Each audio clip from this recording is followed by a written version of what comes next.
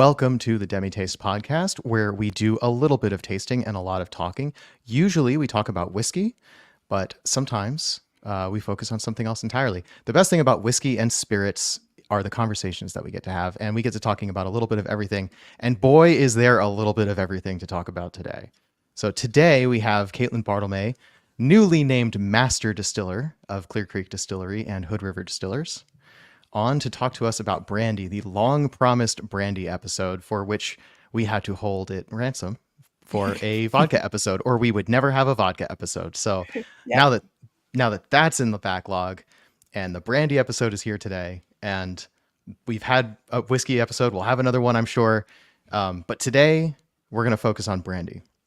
But before we get into that, some amazing news dropped today, which I've already fanfared all over the internet and just in the intro here. Caitlin Bartlemay has just been officially promoted to Master Distiller of Clear Creek Distillery. Before that, she was head distiller. And in every capacity that we know of, she was doing basically the same job as she will be doing now. I might be wrong about that. But my very first question for you, Caitlin, is how does it feel to be Master Distiller? Or to maybe put it a little bit more pithy, when did it start to feel like you were Master Distiller, and why was it not today? Yeah, right. I think it's one of those things where I'm not sure. Like maybe someday it'll sink in, Master Distiller, right? Trite comments to make where I never really I didn't ever plan for this, didn't ever think this would be something that I would achieve, right? And so to achieve it over the after the last 14 years of work, it's really special. But when I was an up and coming and brave young distiller, after about 2 years, I think is when I originally fancied myself a master distiller, because I was like, oh, I've been doing this for ages now, ages. And so I was pretty proud of myself at 2 years old, and then the more you get into this industry and the more people you meet and the more you start like pulling back the coverings on centuries and whole histories of products and products you didn't even know existed, all of a sudden you start going from a proud baby distiller to quite small. So I am at the point where I know a whole lot of stuff, but it's only opening up doors to how much I don't know. And so I don't know. I don't know when the day I definitely felt like a master distiller after I'd been distilling for 2 years. I'm interested to see when the actual title sinks in now that I know better. So just a historical context on how long we've known you. At least I can speak for myself. I think Phil has been a little bit longer.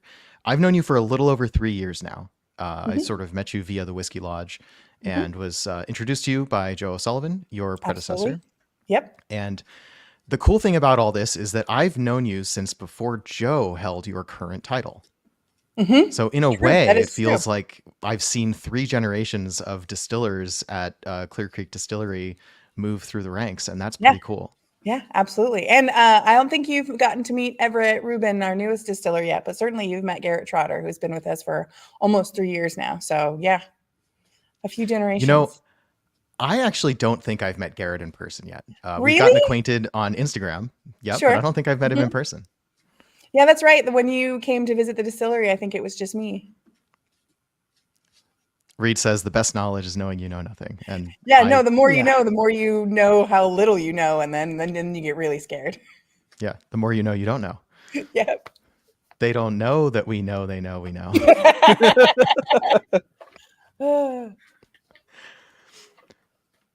All right. Well, another great thing about Caitlin, just in broad terms, is that she's one of the best storytellers I know. And she tells the story of the distillery and of the liquid.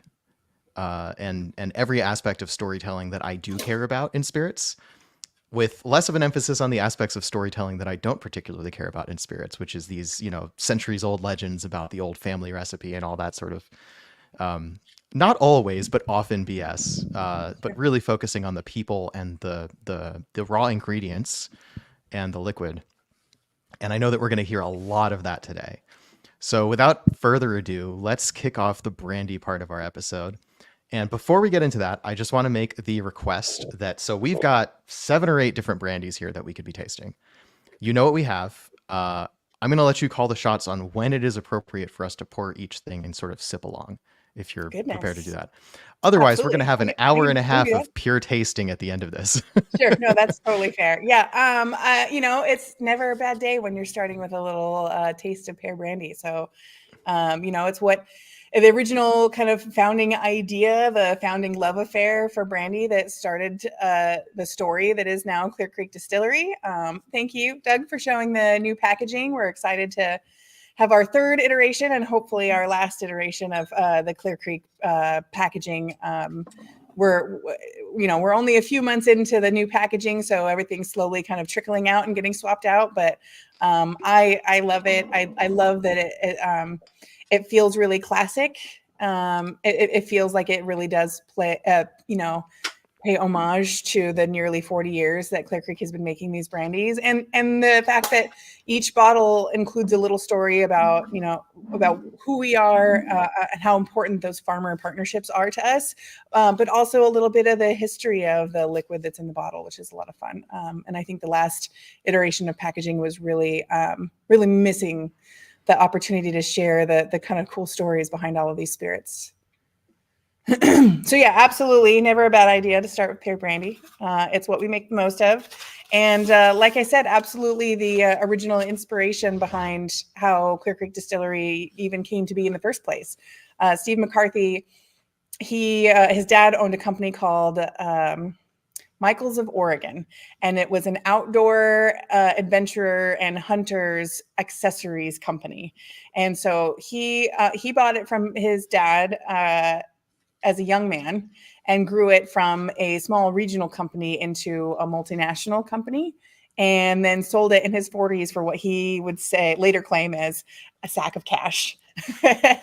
And then wasn't really sure what the next step was going to be for Steve McCarthy. But during his travels with Michaels of Oregon through Europe, when he was growing the company, he had fallen in love with all these beautiful European brandies. And when he sold the company and came home to roost finally in Portland, he was having a hard time finding this Williams pear brandy that he had known and loved, and he was having a hard time importing it.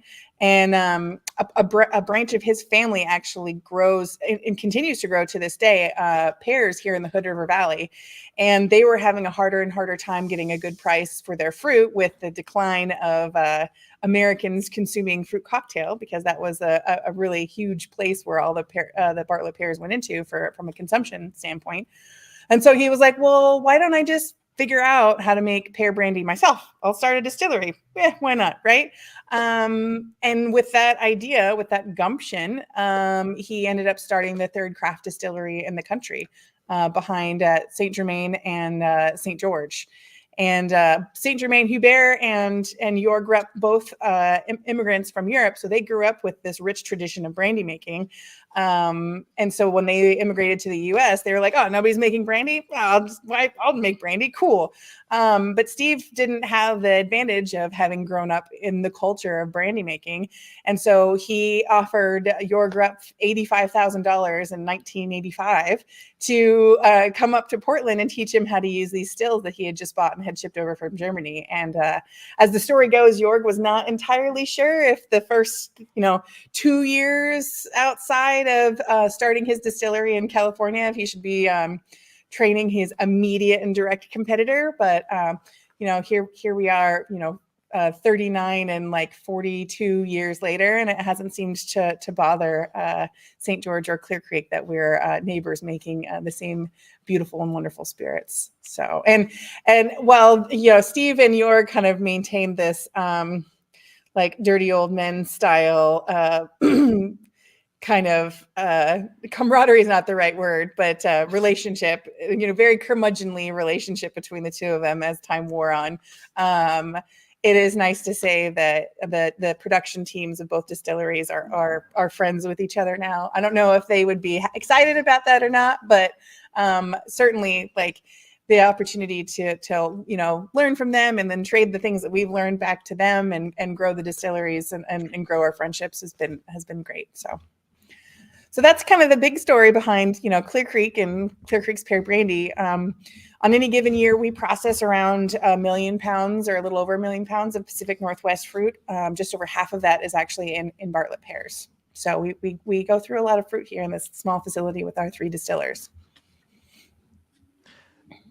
I would say it's not so small of a facility, honestly. Having been in there. Yeah. So it's a small distillery, but like there are certainly smaller by square footage distilleries that pump out more proof gallons in any given year. But a lot of the reason that our facility is the size that it is because of the amount of fruit that we're handling. And with pears, we're actually ripening those pears in house. And so we receive around 58,000 pounds of pears at a time, which will fill 4 of our fermentation tanks. And each one of those tanks holds about 1,600 gallons of fermented pear mash.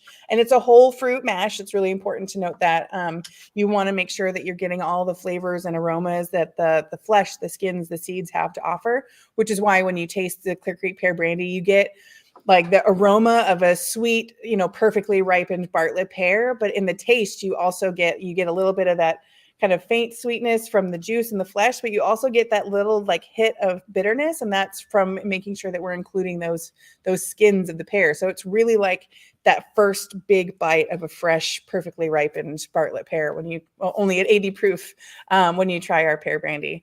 But yeah, it takes a week to ripen those pears, and we get them all from cold storage when. Bartlett pears are really fragile. And so if you were to try to ripen them on the tree, they would be so beat up. And by the time you tried to transport them, like it would be a nightmare. Even just handling, if you were to pick up a ripe Bartlett pear in one of our picking bins and you would return 10, 15 minutes later, you would actually just be able to see your fingerprint oxidized in the peel of that pear. Even if you just touched it, it will oxidize a fingerprint. So crazy fragile. But when they're green and underripe, they're pear-shaped pieces of wood, which is convenient. So all Bartlett pears are actually picked unripened. They're all green, and then they're taken to sorting houses. For the history of Clear Creek, we've been working with Duckwall here, and they just celebrated 100 years, like, I don't know, 5 or 6 years ago. So they've a longstanding company here in the Hood River Valley. And they get all sorted by grade. So the fruit that we're buying here at Clear Creek, it's all the ugly fruit. So I know that there's companies out there that are trying to tell you that the ugly fruit that doesn't get sold in grocery stores just gets thrown away and gone to waste. I'm here to tell you it doesn't. I'm sure all the weird carrots end up in broths. And I can tell you for certain that all of the strange apples and awkward pears end up in canned versions of themselves, or chopped up or juiced to be used in like specialty like juice milkshakes or additional sweeteners and packaged foods. Like none of it goes to waste. And so here at Clear Creek, we're also buying that ugly fruit. And the pears that we're getting that are not deemed grocery store worthy are too big or too small, or they've got a weird hump in them, or sometimes they have like a blush because they've been closer to the outside edge of the tree and they have like a little bit of a sunburn, or they'll have a scar from having like been smacked around by a branch all summer long. And so there's like a scar on the side of it. Perfectly wonderful fruit. Makes delicious pear brandy, but less likely to be picked up by a customer in a grocery store. So that's why it gets sorted out. But because we're taking them and putting them in cold storage, one, it like all cold storage, it increases the longevity of that fruit. So all of the orchardists in Duckwall are able to prolong the season where they can actually sell those Bartlett pears across the country and actually across the world. But two, by putting those pears through cold storage, you're actually making it easier to to ripen those pears. If you were to try to ripen a Bartlett pear without that cold storage, even like a bucket of pears, they would all kind of ripen at their own rate. They're all individual creatures, right? But by putting them all into cold storage, instead of taking what would be a wonky 14 days or so to ripen those pears, we can do in 6 or 7 days. And instead of them all ripening, somewhere within that 14-day period, they are all perfectly ripe in that 6 or 7 days. So cold storage is huge, not only for product consistency and quality, but also for longevity of the fruit. So definitely really important when it comes to fruit processing, but extra so with pears and ripening. So yeah, we have to have a building that we're able to house 58,000 pounds worth of fruit bins full of pears so that we could ripen them all in house. And then I can go even nerdier on ripening, but I'm not sure if it's that kind of a show. Well, you know that we are, but in the interest of making sure that we space out our drinks, let's talk a little bit about what we have in our glasses right now. So we'll take a little interlude to do a little bit of tasting. Absolutely. So this is a new format we're trying. Anybody who was here for the Boulder Spirits talks knows that we talked a lot and then we tasted a lot, and the tasting was a long time. So we're going to try doing it the other way now, where we sort of mix it in, and let us know which one you prefer. So I'll give you my history on this this pear brandy. My first bottle actually, I could literally hold up the first bottle of pear brandy that I bought. This one right here. Note that color. This is not a Clear Creek product. This is the pear brandy that I aged in that barrel over there. That held rye before. So this is a rye finished pear brandy. We'll talk about that. I gave Caitlin a bottle of this. So she's got that as well. So I can taste it. And I'm so, we'll get into that later, but I'm so flattered that you kept the bottle after of course I shared I that did. with you. I actually wrote on it. So I wanted to make sure that we didn't lose it. So I wrote on it. So it's like who it is, what it is, so that it didn't get like moved aside. And I put little Caitlin stickers on my bottle. helpfully demonstrating that she is not sitting in front of a green screen. Oh yeah, this is not a green screen. It's actually like At least as far back as you walk, we can prove it. Yeah, it's, I can and she also has legs. She's not a Muppet. Sadly, we didn't record that little bit of banter before we started, but we started singing Phenomena spontaneously as a sound check. So anyway, I had this barrel. The reason that I brought that up now instead of later when we get to it, this barrel was aging rye. And then I was like, what am I going to do with a rye barrel next? Like, what am I going to make taste good by putting it in a rye barrel for a rye finish? So I searched around the internet and asked a whole bunch of people. And after 2 months of agonizing, I came up with pear brandy. And the only pear brandy I could find locally was the Clear Creek pear brandy. And at that point in time, this was 3 years ago, I knew about the Clear Creek brand, but hadn't bought any yet. If I'm not mistaken, the first Clear Creek product I bought was actually the pear brandy, not McCarthy's. Wow. Which is a nice, interesting footnote for me, because I had a forcing function. I needed pear brandy. I decided I was going to put pear brandy in the barrel. I would not be deterred.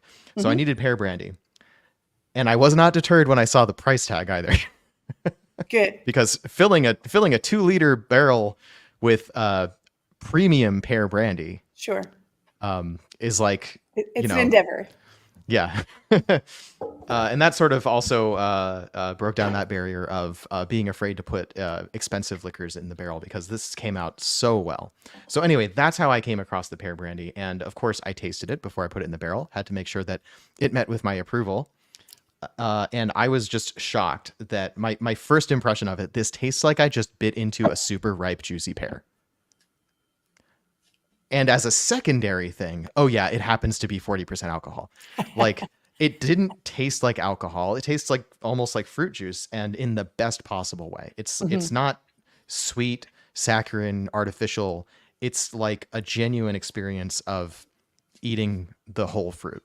Skin, flesh, the texture, almost like your brain just tells you that this has that pear flesh texture, and it's just a clear liquid. So and that it's texture, really like phenomenal. Steve had pear brandy consumption rules. We still have the rules from the old tasting room hanging here in the new distillery. And you're only supposed to serve it out of the freezer in the summertime, and then room temperature during the wintertime. But call me a rebel, I like it out of the freezer all year round. It gets, we do chill filter the Clear Creek Clear brandies, and actually the 2-year and 8-year apple brandies are also chill filtered. The Oregon brandy is not. But the pear brandy will still develop a slight haze when you put it in the freezer. And to me, it makes it feel even more pear, and it adds to that just kind of like thick viscosity that it gets when pear brandy comes straight out of the freezer. Like, yeah, it's real special. Since you mentioned Steve, I'm going to ask this question now from Freedom Malts. Caitlin, did you know Steve McCarthy? I did. He's the one that hired me, actually. I was very fortunate that I had an amazing, I had 2 actually really amazing advisors while I was going to Oregon State. The first was Dan Smith, who actually just recently retired. And he essentially was the kind of guiding lantern for everyone that's gone through the food science department for decades. All of us start in Dan Smith's quiet, careful hands, and he sets us on our path to become new food scientists. But my second one, as I started exploring more of my specialty, which was fermentation sciences, his name was Alan Bakalinsky, and he's also since retired. But he knew Steve, and so when I had mentioned during one of my meetings with him that I was interested in becoming a distiller, he was like, "All right, well, here's the deal." He doesn't make fast moves, and so you're going to have to call him a lot. Don't call him so much that he's going to hate you, but if he doesn't tell you to stop calling, keep calling. And so that's what I did. I cold called and sent resumes to every distillery in the Pacific Northwest, and I was very gracious with what I considered the borders of the Pacific Northwest at the time. But there was only 12 distilleries, which is like, 1, makes me feel extra old, but 2, also just goes to show how quickly the craft spirits category has really grown. That, and there was 12 between like Idaho, Eastern Montana, Northern California, Oregon, and Washington, 12. And that included Hood River Distillers, which wasn't actually actively distilling at the time. And Steve, let's see, I called him and he was on vacation, and they said, "Oh, he's going to be back in 2 weeks." And so 2 weeks, I called again and asked if there was anything that they needed, any extra information. And he was like, no, we're good, thanks, but didn't say stop calling. So I called again a week later, and I was like, "Oh, do you need anything?" He's like, "Actually, yeah, no, I did actually lose your resume. Would you mind sending it again?" I was like, "Oh, absolutely. I would love to send you my resume again." And so it just kind of continued on through spring term of my last year at Oregon State. And he hired me the day after my last final. And I started 2 weeks later. They wanted me to start immediately, but I had already promised my dad that I'd drive tractor for him for 2 weeks. And so I drove tractor on the family farm for 2 weeks. And then I started at Clear Creek. So June 21st is actually my hire date. But I had the great honor to not only be hired by Steve, but I got to work with him for 4 years before the acquisition with Hood River Distillers. And then I essentially stayed on as a Steve McCarthy employee for a number of years after that as his IT person. So whenever he was having printer problems or internet problems, he only lived a couple miles away from the distillery. And so he would call me up and invite me to dinner, and Cindy would cook a delicious meal, and I would figure out why his email wasn't working or why his printer had stopped working. But no, he was an absolutely amazing man. It was an incredible honor to get the opportunity to know him, and it's an even greater honor to telling his story and continue Clear Creek Distillery and everything that we do.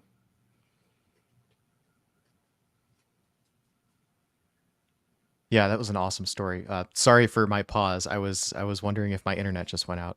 Oh, It was a little. That's my trick. Sure. Yeah. Freedom Malt says that's awesome. He's an icon and an idol for me. Would have really loved to have met him. I agree with that, Germ. I also didn't get the chance to meet him, unfortunately, but I really would have liked to. Joe always told me that we would have liked each other. And oh yeah, absolutely. I regret that I didn't get the chance. Yeah. Flagship Whiskey Channel, thanks for joining in. I will put your question up here. I think this will lead us probably into the next segment. Are there any unique techniques or traditions you follow in your brandy production? Yes, but also no. The trick really is it's all about sourcing quality fruit and then staying the hell out of its way, right? When we talk about the pear brandy, we buy this really exceptional Hood River fruit. It's grown all around us, and it takes probably 12 minutes for the truck to come from the sorting house to deliver them here to our distillery. That one of the reasons we moved from Portland to Hood River, one was to install that beautiful Carl vodka still, but the other was instead of being an hour and a half truck drive away from the pears, we're a 12-minute truck drive away from the pears. Then we really just get out of the way. We're not adding anything to the fermentation, but we're shepherding a healthy fermentation, right? So we're making sure that the facility is the right temperature and humidity, and we have the right airflow in order to get those pears perfectly ripened and all together. We crush them when they're ready. Sometimes they're ready in 6 days. Sometimes they're ready in 8 days. Crush day is when the pears are at the peak of ripeness, and they will let us know. When we crush them, all we're doing is adding yeast. We're not adding any extra flavors. We're not adding any extra sugars. Everything that's in there is just what Mother Nature spent all summer long growing on those trees, and a little bit of yeast that we add in there. And then we're monitoring the temperature.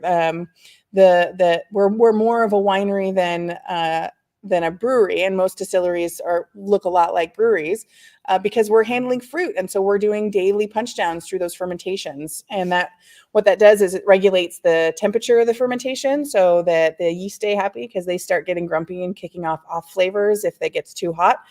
You're also adding in and mixing in a little bit of oxygen into that fermentation, so that way the yeast, although they like to, they're fermenters, so they prefer anaerobic, they actually still need a little bit of oxygen in order to grow and be happy and make us lots of yummy tasting alcohol.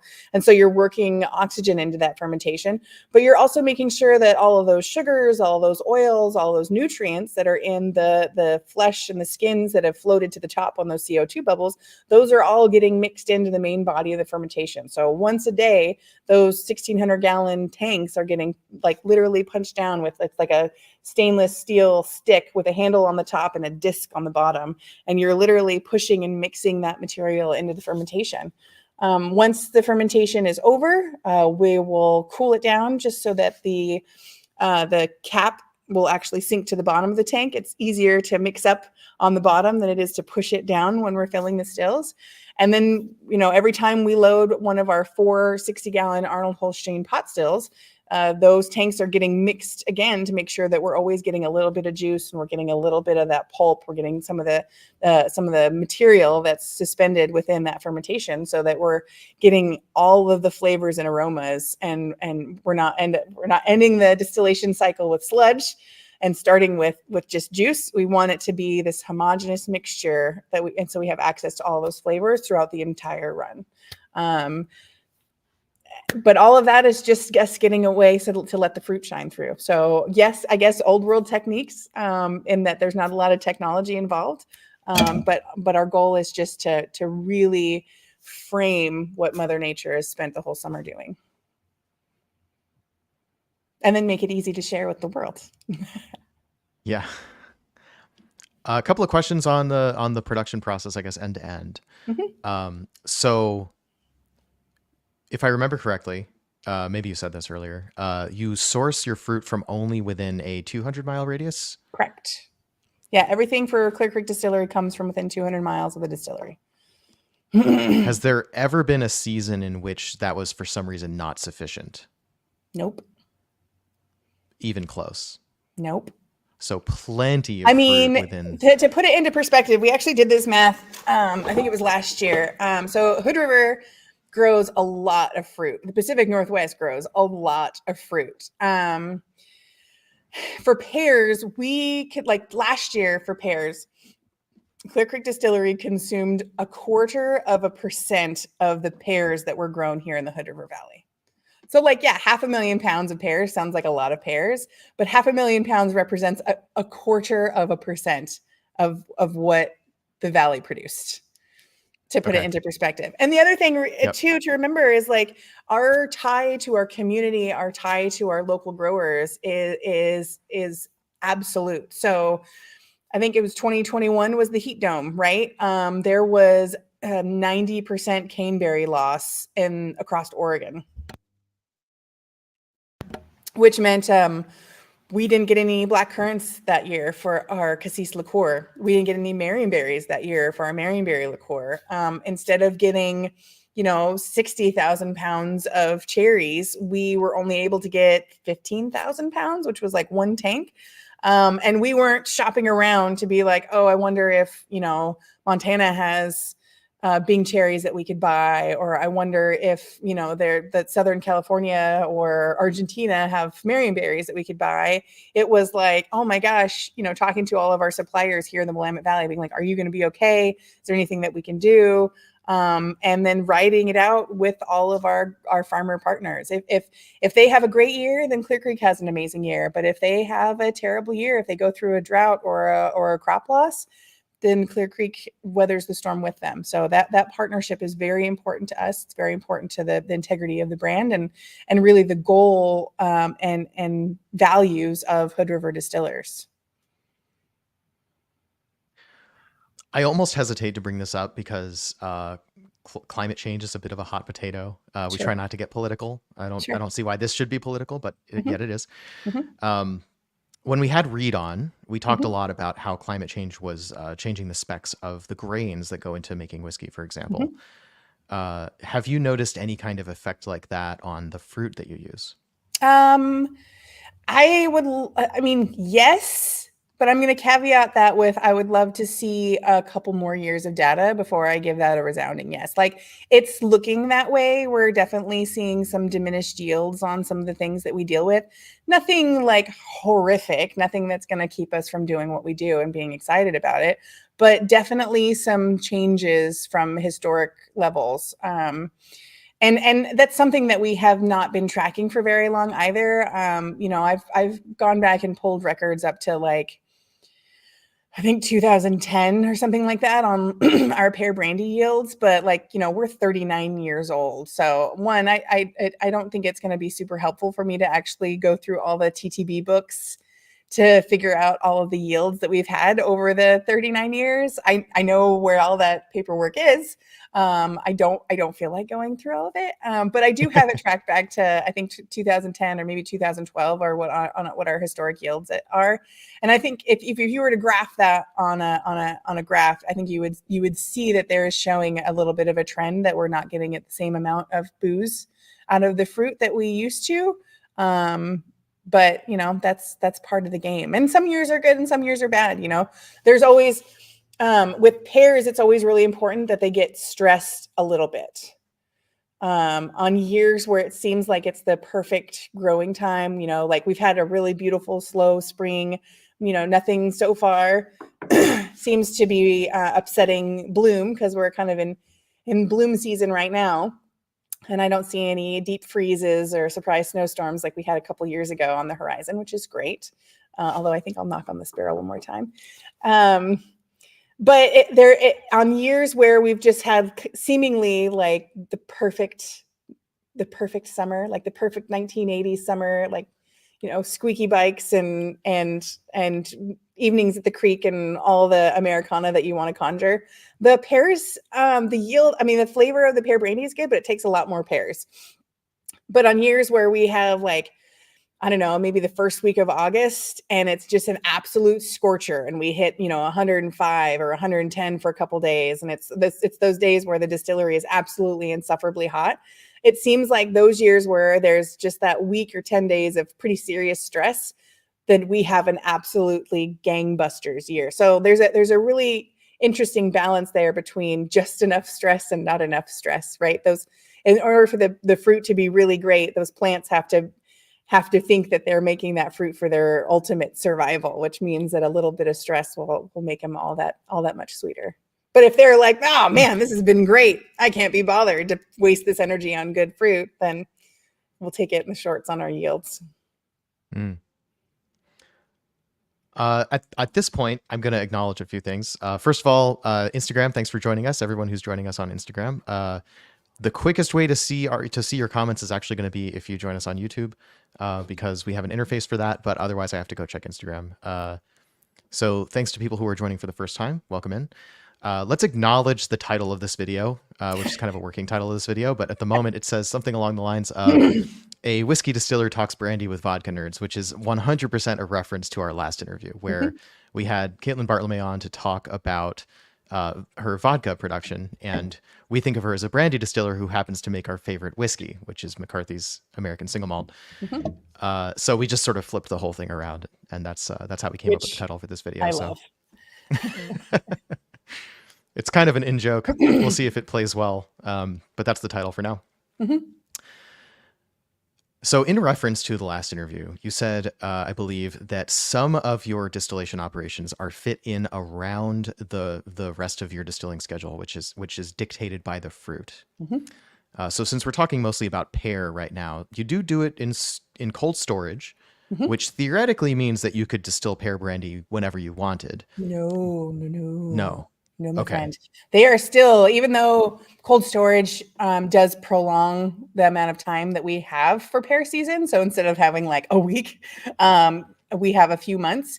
But by the end of February, they have spent enough time in cold storage that they're losing a little bit of moisture. So they're still green and they will still ripen, but they ripen kind of wonky and we start taking hits in yields. So usually the first truck that we get out of cold storage, it's not great, but it's fine. And then all the subsequent trucks are rock stars. And then, the last truck in February, or heavens forbid, it's the last truck in March. Although, I would, please buy more pear brandy. I would love to be making pear brandy in March again. But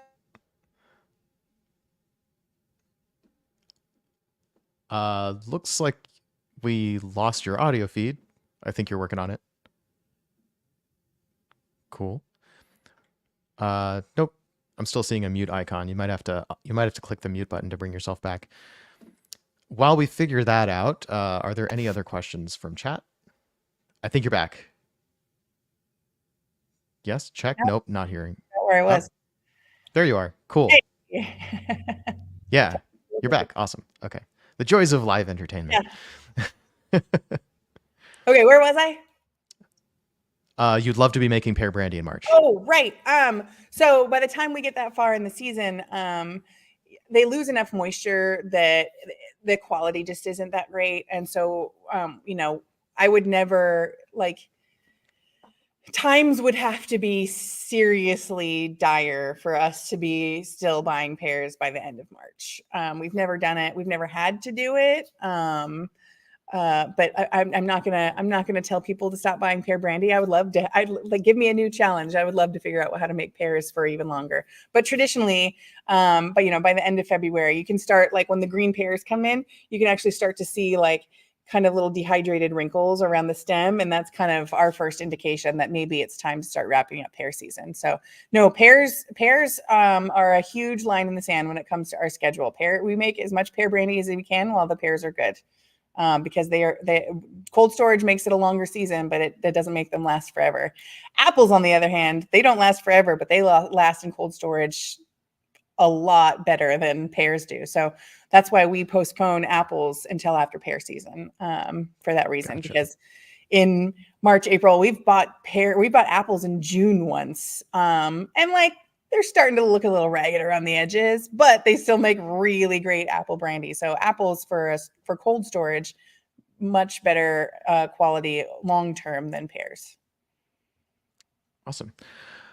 Well, now that you've mentioned several other fruits and especially apple, I know that we have a couple of apple brandies to hand, but I would I think, to lean, if you're going to have a drink with us, it's probably going to be the pear brandy finished in rye. Yes. So maybe we pour that one next? Yeah, absolutely. Oh, I'm going to have to, I don't know. I put my glasses far too far away. I'm going to actually have to get out of my chair. Yeah, because honestly, going into this rye finished pear brandy is a great segue before we move into the apple spirits. So while we're pouring, Remind me the years of apple brandies that you guys have. I know you have the Old Delicious, but I can't remember if you, and you have the 15-year, but I can't remember if you have the 2 or the 8-year with you. So another joy of live entertainment. I believe we just tripped the breaker with my lights, but luckily the computer's still on. Nice. That's on a different breaker, and it also is on a battery backup. So hopefully the internet stays on. And we'll sort that out later. I might have to go to the garage. But in any case, if I'm too bright, I apologize. We'll fix it. No, you're beautifully lit by your laptop screen. Yeah. The computer monitor's a little too bright.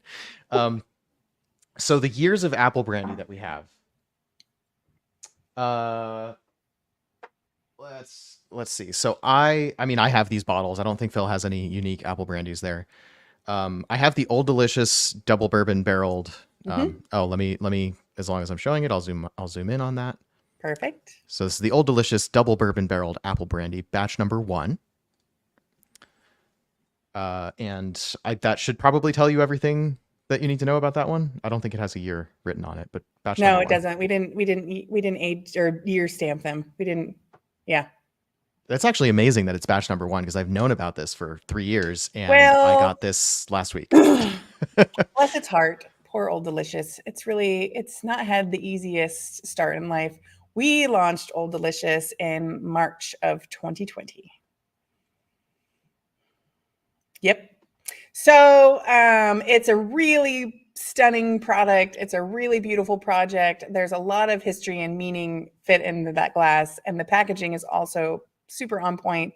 But unfortunately, like it just took its first step out in the world and then landed right on its face. So we definitely, we like to talk about it as much as we can, and we include it on tours because it is a really special product.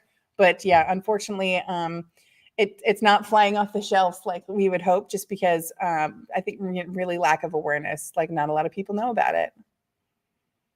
And it's an independent brand, right? So it's not in the Clear Creek portfolio. So if you're talking about just Clear Creek products, it's not going to get mentioned. And so it's out there trying to do the Lord's work on its own as a single brand and a single entity out there. So that doesn't make its life any easier as well.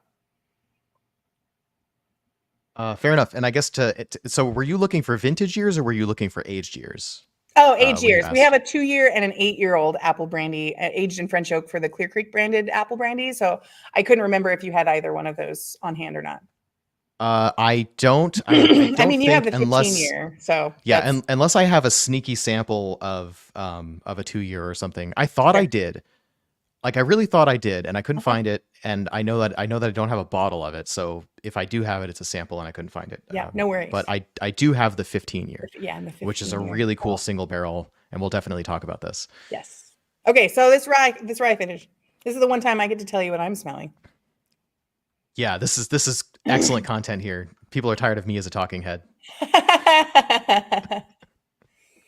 I mean, you still get that like really juicy, sweet, ripe pear through it, but like it's followed up with this like kind of just beautiful symphony of like baking spices and just spices in general. So you get a lot of like flaky pastry notes.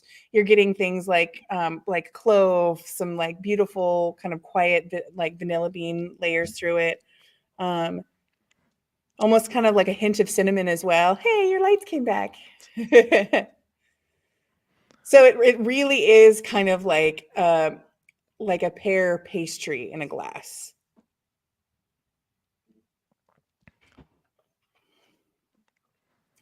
Like a dead ringer for like a pear tarte tatin that was like just like light, with like light on the butter. The butter is definitely there, but it's light. But you get those kind of like caramelized fruit sugar notes as well. And yeah, those just like subtle spices that just like season a pear or an apple, right? Like a pear and an apple tastes pretty good, but if you add just a touch, just a whisper of cinnamon, whew, right? All of a sudden it tastes more of itself. And that rye finish that you did here, that's exactly what it does to the pear brandy. Yeah, it's awesome. And I'll answer Germ's question in 2 ways. So Germ asks, has there ever been or is there a thought of finishing a pear brandy in a peated McCarthy's cask? I'll answer that first. There has been a thought on my part. And one of the reasons I'm messing around with this barrel and I keep putting Clear Creek products in it is so that I can bring them to formerly Joe and now Caitlin and tell them, hey, this turned out great. You should do this. Yeah. Yep. And Phil did some of the same. And I mean, heard... it's your guys' fault that we have any aging pear brandy in this room to begin with, because traditionally Joseph and I have never really been that big of fans of aging the pear brandy, because we've worked so hard to showcase the fresh fruit nature of it. And when you're aging it, you are adding some of those spices and vanillins, and you're, going through some oxidation reactions, and, potentially spinning up some extra esters from the organic acids that are coming out of the wood. But you're also trading that for a loss of some of that bright, fresh fruit characteristic. And we've never thought that the trade was quite fair. But you guys hit us over the head enough times that there's a 2 or 3 or 4 barrels maybe in here of aging pear brandy, and it's all your fault. I was hoping you would admit to that, because I can say I heard a rumor, but you did actually tell me in person, and I saw the barrels, and I'm so excited to give them a taste eventually to see what the pros do with them. And so, yes, there was a thought, and the thought was entirely my devious plan to convince them to put pear brandy into a barrel so that they had a pear brandy barrel to use to age McCarthy's. And the next thing I put in that barrel behind me, not McCarthy's, that was too expensive, but something with a similar peat profile. And I put that into the cask directly after the pear brandy was aged in it. And that is the best thing to have come out of my cask. And I keep telling everyone about that, because I'm going to keep pushing them to finally do this pear brandy, McCarthy's finished in a pear brandy cask, or maybe even a McCarthy's aged in a pear brandy cask. We'll see. Now might be a good time to mention, obviously we can't talk about details, but it's not a secret that we're working on a barrel pick of McCarthy's. We can't talk about what the barrel specs are, but we're enthusiastic and hopeful that it will do very well. Yes. And if it does do very well, then we'll do more single barrel picks. And I fully intend for one of those single barrel picks to be the barrel aged pear brandy that you've just referenced. Snap. This is news flash for Bartlemay. Good Lord. Now, if that's something I can get away with, I guess this is me telling you that. Yeah, it's good to know. Thanks for putting me on the spot. Well, you don't have to give it to me, but no, I mean, it's your fault that we have it in the first place. So I know I'd be honored for you to have a barrel pick of the aged pear brandy. Yeah. But, I don't know if I put this comment on screen. So there that is. There's that question. Once those barrels are vacant of pear brandy, I'm going to be pushing them to put McCarthy's in it. So no promises, but that's my plan. Sure. Well, we've had the rye cask. Let's start. Shall we talk about apple brandies? Yeah, absolutely. Cool. So we make a lot of apple brandies. Let's start with the Old Delicious, right? Give the Old Delicious the love it never got as a child. Hashtag generational trauma. It like Doug said, it's a double bourbon barreled apple brandy. Hilariously, it's really important that you have really thorough documentation for your barrel rooms, right? So we have an ERP system that we track all of our barrels on. We also have a spreadsheet that we track all of our barrels on. And then we also have paper copies that are filed away in 3-ring binders so that you can follow the path and the history of all of our barrels over time. Each one of those 3-ring binders is labeled, as you would expect. One's labeled McCarthy's, one's labeled Apple Brandy. The Old Delicious one, hilariously, speaking of in-jokes, just has a picture of Jennifer Grey on the front of it. And on the spine, it's just called Jennifer Grey because double bourbon barreled apple brandy, DBBAB, also stands for Don't Be a Baby. And when we moved all of the barrels from our Portland facility to our Hood River facility, Joseph put all of the Old Delicious barrels on the very back wall in the corner of the barrel room. And nobody puts baby in a corner. So we're like several layers deep now. But then when people come, and if we're like, we've been working with the Old Delicious or whatever, and they see a 3-ring binder on the table that's just got Jennifer Grey's face on it, and they're like, what are you nerds doing with a notebook that's just labeled Jennifer Grey? And then I get to explain why I think it's so funny. It's no longer, Old Delicious is no longer in the corner. It's out in the distilling room. But it's a really, it's a really awesome spirit. And it's a really cool spirit to share a little bit more history of distilling in the United States. So, as many of you may know, or maybe some of you don't know, bourbon, being the spirit of the United States, was an act of Congress in 1964. However, the production of spirits in the U.S. predate the discovery of bourbon by 150 years. So actually, more likely, the first distillate in the United States was apple brandy in 1640 in present-day Staten Island by a man named Cornelius Town. Because all of the European colonists, when they came here to the New World, they brought all of their old world European traditions with them. And all of these fruit brandies that Americans seem to be so scared of on the, this side of Prohibition, I should say, they have all of these really wonderful, rich histories that go well past the European histories of all of these things, and in a lot of cases I'm certain go back into when we're starting to talk about BC dates, and so it's a really important touch point, not just for our culture, for American culture, European culture, but really humanity when we're talking about these beautiful fruit brandies.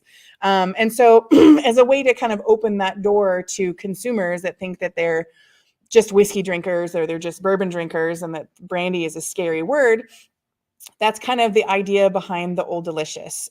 So it's got the word bourbon on it because it's been aged for 1 year in 2 subsequent freshly drained bourbon barrels. So you get some of those bourbon notes from it, but it is apple brandy. It's Clear Creek apple brandy made from whole apples. We used to be making our brandy with Golden Delicious apples. We moved to Opal apples about 5 years ago for reasons that we can get into if you ask me to tell you why we've moved, because that might be a whole nother show, to quote Alton Brown.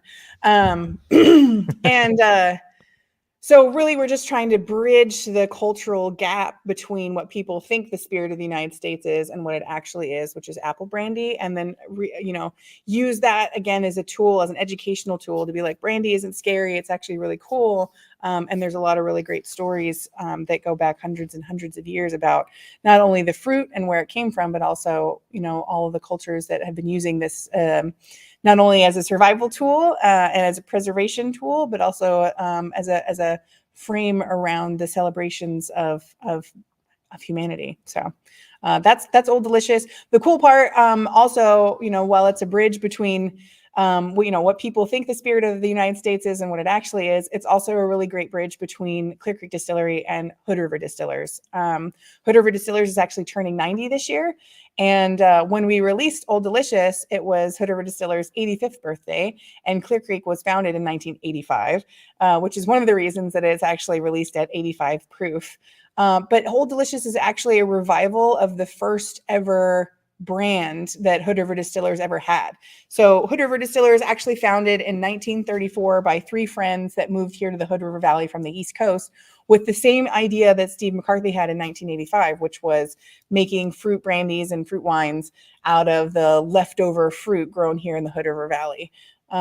Through the war era in the 40s, any distillery was asked, I hope, kindly, by the United States government to pretty please switch all of their production to making industrial alcohol instead of consumption alcohol. Hood River Distillers happily obliged, and those alcohols were used in rubber manufacturing and munitions manufacturing throughout the war effort. On the other side of World War II, they go back to making all of their fruit brandies, but for whatever reason, after the HRD started immediately after the 13 years of Prohibition, but there's so much of our drinking culture that was erased in those short 13 years of Prohibition. And so on the other side of the war, after we kind of get to the land of plenty when it comes to, less rationing and everything on stuff, Americans start to favor like clear spirits like vodka, and then eventually start moving further and further away and into whiskeys once you get into the late 50s and 60s. So by the mid 50s, the three original founders decided to sell Hood River Distillers to I think it's 4 families here in the Hood River Valley, but the lion's share of ownership is actually the Dodge family. Ron Dodge, former CEO, now president of our board of directors, and his 2 kids, Russell and Corey, are actually working for the company as well. So it's really great to still have the continued support of the family owners that have been owning Hood River Distillers for this long. But in the 50s, with the continued decline of brandy sales, they shifted to being a rectifier, which means that they were buying bulk spirits and then blending them together, creating new brands and creating new products. And so when they acquired Clear Creek Distillery in 2014, that was an opportunity for Steve to retire and to pass on his legacy to another company that was known for not only their long legacy of fruit and fruit spirits here in the Hood River Valley, but also their tradition of taking really good care of their employees. And for Hood River Distillers, a return to their roots. And so this was the first product that both companies ever collaborated on together. So it's kind of a really beautiful bridge between both companies in that revival of their first ever brand of apple brandy by naming it Old Delicious. So it's really special for a lot of different reasons. I would love to see it take off because it is super delicious. You get those fresh fruity notes from the apple spirit, but you're getting those, roasted hazelnuts and dark chocolate and sweet corn notes from the time spent in those 2 different bourbon casks. So in my mind, it really is that bridge between people that think that bourbon is the only thing worth drinking and something scary like brandy. Yep, it definitely feels like a bridge to me. I'm gonna take a step back for a second and say welcome to the new people who've joined in. I noticed that our viewer count went up recently. This is Demi Taste. We're talking to Caitlin Bartlemay, who's newly been named Master Distiller of Clear Creek and Hood River Distillers, and she is a brandy maker and a whiskey maker and a vodka maker. And after holding those other episodes under duress, we're finally doing the much promised brandy episode. So today we're talking about brandy. We've got a lot of brandies to taste through. It's going to be fun. Stick around. I'm going to go back to some comments that came in as we were going through the last segment. Mm-hmm. So when we were talking about Old Delicious hasn't, unfortunately, regrettably, hasn't sold super well. Our flagship whiskey says, more for us, great when cooking baked beans and when you want to get saucy. Ooh, baked beans. Good call. I usually, I cheat and, so like a lot of people don't like making pie crust, right? Because pastry is a pain in the butt. I'm also a food scientist, which means I know some really fun tricks. And one of the tricks that I know is ethanol doesn't hydrate gluten in flour. So the hardest part about making pie crust is how much water do you add? How much do you work the dough to get it to set up? So the trick is you can add your pittance of water, which is usually like and they always obnoxiously say like 1 to 4 tablespoons. It depends on the humidity of where you are, which isn't helpful. It helps nobody. So you can add your 2 or 3 tablespoons that your recipe asks for in your pie crusts. And then you can take something like your beautiful apple brandy or anything else. And you can splash a few, thimblefuls you don't want to make it soaking wet, but you can splash as much as you need to make that dough easy to pull together and to handle and bring into a disc. And it won't make your pie crust crackery. It won't make it tough because, like I said, it doesn't hydrate gluten, and then so it doesn't form gluten when you add that ethanol in. So it's a really great hack. And then because most of the pies that I make are fruit pies, the Old Delicious is really great in the pie crust. That's a great tip, and I'm going to be using that. Yeah, never again notes. Will you be buying pie crust from the freezer case. Make it at home. Use alcohol. Don't be a baby. Use alcohol. Yeah, no, absolutely. Why not?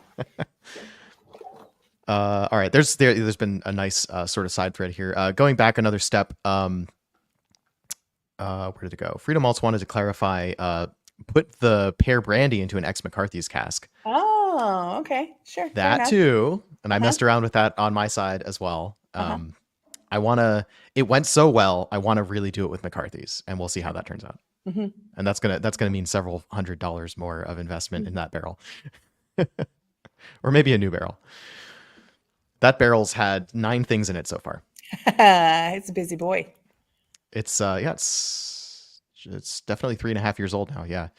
So it's been doing a lot. Put 1 month, 2 month, 3 months, and the most recent thing that I've had in there has actually been in there for 13 months. So the barrel's not super active anymore. Wow. Let's see. I thought this was funny, so I'm going to put this up. May 4th, 1964. It's not just a Star Wars holiday. In fact, it wasn't yet a Star Wars holiday. So, well done. Brandy did it first, or Bourbon did it first. Now I didn't know what the date. I knew the year, but I didn't know the actual day, and I'm never going to forget that now. Reed says Applejack helped win the Revolutionary War, supposedly. Oh, absolutely. And apple brandy, when you talk about, Johnny Appleseed, John Chapman was a really awesome dude. Like, he was a cool guy. But he wasn't planting apples for eating. He wasn't making apples for pies. All of those apples were turned into cider. Hard cider was, that was drunk essentially as water for a lot of the pioneers as you're going west through the U.S. And in order to prove up on any land, you had to plant at least 50 apple trees and 30 peach trees. And so when you look at the history of distilling across the eastern seaboard as pioneers start moving west, predominantly it's apple brandy and peach brandy that's getting distilled until rum and the molasses trade and everything spins up and you start seeing more rum through the colonies. But he was actually like leading the Western advance essentially, and he was planting apple trees from seed because he was a Swedenborgian minister, and he felt that if you were grafting trees, you were causing them damage, and so that was against his religion. And so he was planting seeds, and when you plant apple trees from seeds, they revert essentially to their ancestors, and so he was planting what we would now call crab apples. And, as Thoreau puts it, apples so bitter, it would set a squirrel's teeth on edge and make a jay scream. Like, they're not good apples, but the bitter and tannic crab apple makes the best apple cider. And apple cider was as important to the pioneer table as bread and meat was.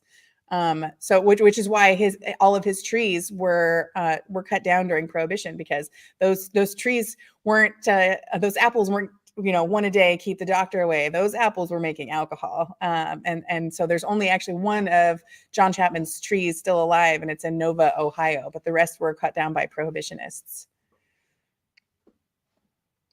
That's so yeah, lots of really cool apple history. Actually, you learn a lot of stuff about fruit in this job, right? The Romans actually were propagating and grafting fruit trees, in like 200 BC. And before that, the Greeks were.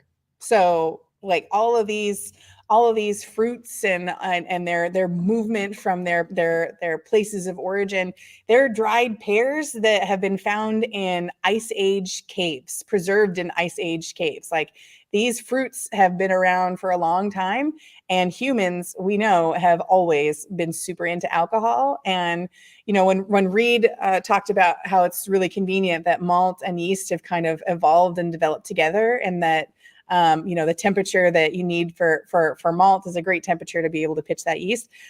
Fruit is literally covered in yeast. It's a pre-packaged little alcohol bomb. All that white dust on the outside of a piece of fruit, that is all, bacteria and wild yeasts that are raring to get after all those sugars inside that fruit. So you cannot convince me that early humans, nomadic early humans, didn't remember that one place that we went to before it got cold, and there was all that stuff on the ground, and it didn't taste very good, but that was a wild party. Like, I'm sorry, like, to be human is to be into alcohol, and fruit is ready to go. So yeah, the history behind all of these things, and the history behind all these fruits, and how they've been developed and how we've gotten to where we are is super interesting. Yeah, what you just said there, So by the way, I said at the top of this episode, I love the stories about the liquid. I love the stories about the brand. And sometimes the story about how we got here Yeah. is actually really awesome. Yep. So thank you for sharing a bit more of that. Mhm.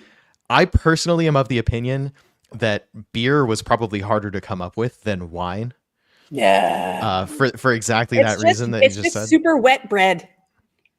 I guess. Yeah, right. Like that's all it is. In fact, one of my favorites, one of my favorite beer styles to talk about is the Doppelbock beer style, because the monks would go into a season of fasting, but they were allowed to drink liquids, and one of the important liquids that they were drinking was beer, because generally speaking, water was pretty unsafe, and everybody drank a whole lot of beer, and it was poorly fermented beer, but it made the water safe to drink.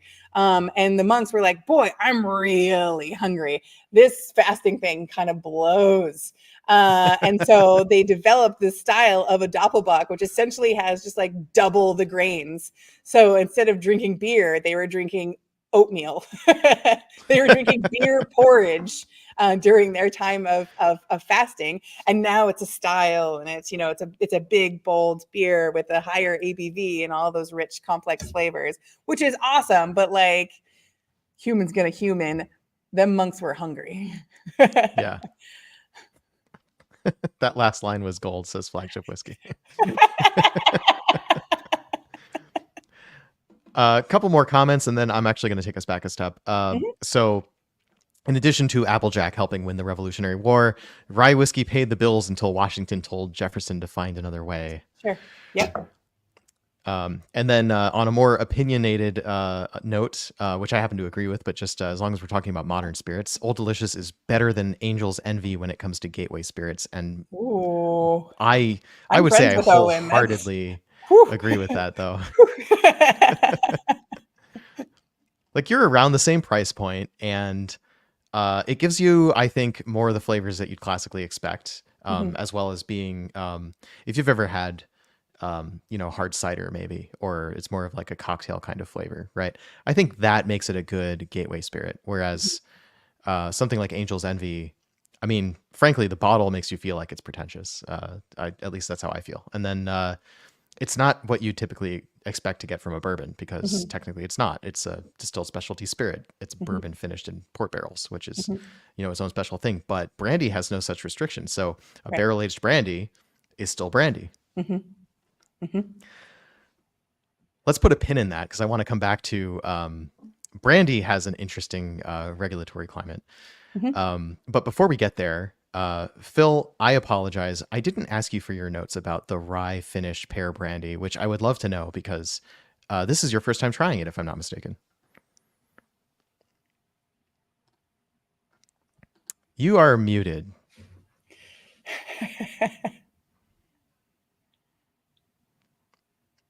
Uh-oh. Maybe Phil doesn't get to share his notes. Maybe Phil's been talking this whole time.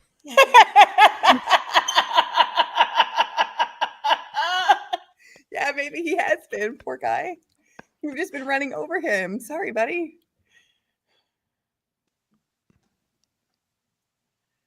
No. Nope. Maybe Phil doesn't get to share. That sucks. Oh, no. And we definitely sound checked Phil, so it was working before. Okay, while Phil figures that out, let's actually dig in a little bit to that regulatory climate around brandy. So when I first told my parents, I discovered this great distillery that makes a beautiful pear brandy and and a Slivovitz and all that. Dad was like, now be careful, because sometimes when they say brandy, they actually mean spirit that has had fruit flavor added to it. I don't know how true that is. I know that's not true in your case. Yeah. For sure. And I think what he might have been reacting to is the fact that brandy is not as strict as whiskey when it comes to additives. Now I know that you don't add additives. You've already we don't. But see, we're gonna wait. Remember when we talked about, like, the more you know, the more you don't know. Like, I am unaware of any regulatory difficulties with brandy. But yeah, no, we don't have any additives. We're not adding anything. And if we were like, the Doug Fir brandy that we'll try later, that's, it does say Doug Fir brandy on it, but that's actually a DSS. That's a distilled spirit specialty. So it's not actually under the TTB umbrella for brandy. And all we've done is add Doug Fir buds to brandy. So. Yep, which was a grape brandy, right? It's grape and a little bit of pear. Nice. Mm-hmm.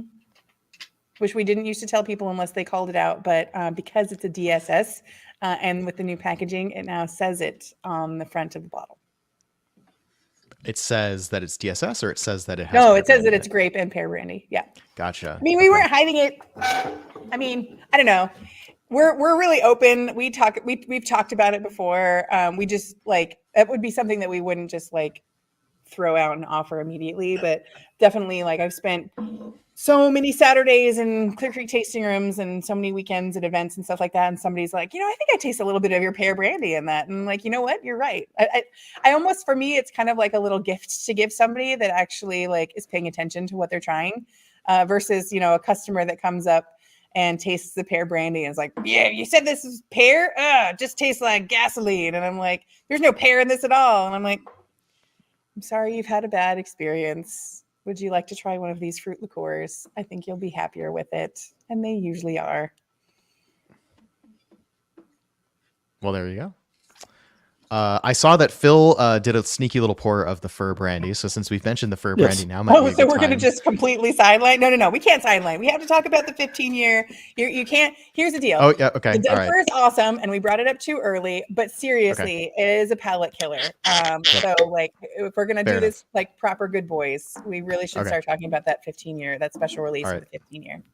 And for briefly, because we don't want to be too mean to all the people that you won't get to have it because it's sold out on Shared Tour. And I think the only bottles that are left for sale, there's a handful of bottles in either tasting room in Hood River and the one in Portland as well. And that's it. So if people are regional, they still have access to it. But other than that, we're just rubbing it in their faces. And that's not nice. Fair enough. Yeah. I think one of my best, funny enough, somehow I ended up in a niche where, and I think it's just because I love Clear Creek so much, where some of my best performing posts have actually been Clear Creek brandy related. And one of those was when I got the bottle of the 15-year apple brandy, which was also the first bottle in hand I had of your new packaging, which is phenomenal. I'm gonna make this big real quick. I'm sure people have seen it by now if they're fans of Clear Creek, but this new bottle with the Clear Creek Distillery monogram embossed on the logo and this sort of tapered shape. I accidentally dropped myself off the stream, which would have killed my audio. This is great because it's not an aspect bottle, even though it like at first glance it might be, but it has that tapered shoulder. Yeah, it's not. Can confirm it's not. Yeah, definitely. It definitely some of it is like what's your camera angle, right? Because like if you point a camera at a bottle that's just a cylinder with a hemisphere on top, it could look like this, right? Yeah. I just want to make that point. This has a nice taper to it. It's beautiful. It fits nice on a shelf. And that Clear Creek Distillery monogram is actually one of my favorite things about it. So that's just talking about packaging, but we can move on from that. I heard Phil's mic is back, by the way. Really special. Oh, excellent. Yeah, so Phil, let's backtrack. Phil, what did you think about the rye cask finish on the pear brandy? It is. I can definitely taste the elements, and I could probably guess the rye whiskey that was in the barrel before it, because I don't think you ever disclosed that. I didn't tell you, at least not recently, and I didn't say it today, but I would be tickled for you to guess. I think it's MGP 95.5. Bingo. Care to guess which brand? I want to say Redemption because that's one of the most cost-effective ways of getting it, at least where I am. But knowing that Bullet is available in handles and probably cheaper by the handle than to buy an equivalent volume of 750 milliliter bottles of Redemption, I'm going to guess Bullet. 100%. And your reasoning is spot on. So anyone who thinks that Well Phil's done. just a pretty I'm in awe. face, he Thank knows goodness his you're my way kid, around Mom, a liquor because, store. like, what a throwdown. I mean, now you need Nailed to it. drop that mic. Good Lord. I am a huge fan of rye whiskey, and as a result of basically stumbling around, seeing a brand and going, I don't recognize that. I've never had it. I'm going to buy it and try it. And then getting home and Googling it and going, oh, it's 95.5. Okay. Which I will point out also has given me an interesting insight into the variations between what you can do when you are blending for taste. So Bullet tastes a little bit different from Redemption, which tastes a little bit different from the sourced Filibuster, which tastes a little bit different from, well, very different from the George Dickel rye. Mhm. And the list goes on and on. But I like what the rye left in the barrel for the pear brandy. I think that it complements the sort of whole fruit nature of the pear very nicely, because it's got just a hint of that like vanilla and all the like little baking spices to impart into the slightly bitter tail end of the fruit, you know, where you the flavors of like the skin, and if you've ever accidentally bit a little bit too deeply into the core and gotten the seed. Mhm. And I think it softens them slightly and gives it a little bit more warmth and sort of more like a cooked fruit. Mhm. Absolutely. Yeah, thank you. Bonus point. Oh, so by the way, if you're still listening, so Phil just blind guessed what was in a barrel before the sample that he is holding, based only on Thank rye. you. Thank you for bringing that. Like, that's so baller, Phil. Seriously. So, Like, so Germ, next time you do a blind sample showdown, you should bring Phil in. yes. It's my new party trick, I guess. Yeah. So for bonus points, I can't have you guess the proof or the age because that would be silly in a 2-liter barrel. But do you know what was in the barrel before the rye? Can you taste that? I can't, but I'm going to guess you started where most people start, with a bourbon mash, which is where I've started. Yep. So technically true. There was bourbon in that barrel at least twice. No, exactly twice before the rye went in. But that was not the most recent thing in the barrel before the rye. Oh. I don't think I could tell you. So technically, he's overachieved and he's gone another iteration backwards. So I think he gets double points. Yeah. No, he found the bourbon. Yeah. Or just he guessed the bourbon anyways. I guessed the bourbon. There isn't anything. Talking about what's come out of this barrel is always funny because most of the time, excuse me, most of the time you would think it's just the most recent thing that matters. But I started really getting precise about it because that pear brandy is so sticky that everything that has been in the barrel since, so the pear brandy was the 5th thing that was in the barrel. It has had 9 things in it now. I can still taste the pear 4 generations later. Yep. It's that sticky. Yeah. So it's so sticky. Then I started telling people, like, Steve wanted to make it was the RPV project. He wanted to make a real pear vodka, right? And so we went on this years-long quest to make RPV. There was even some initial, albeit rough, iterations of packaging. It's probably for the best that it didn't come out. However, we tortured that pear brandy. So it was originally pear brandy. We watered it down. We distilled it out at vodka proof, which anything can be vodka as long as it comes out of a still above 190 proof. And while our hybrid stills are not made to make vodka, you can coerce them to. They just don't like it.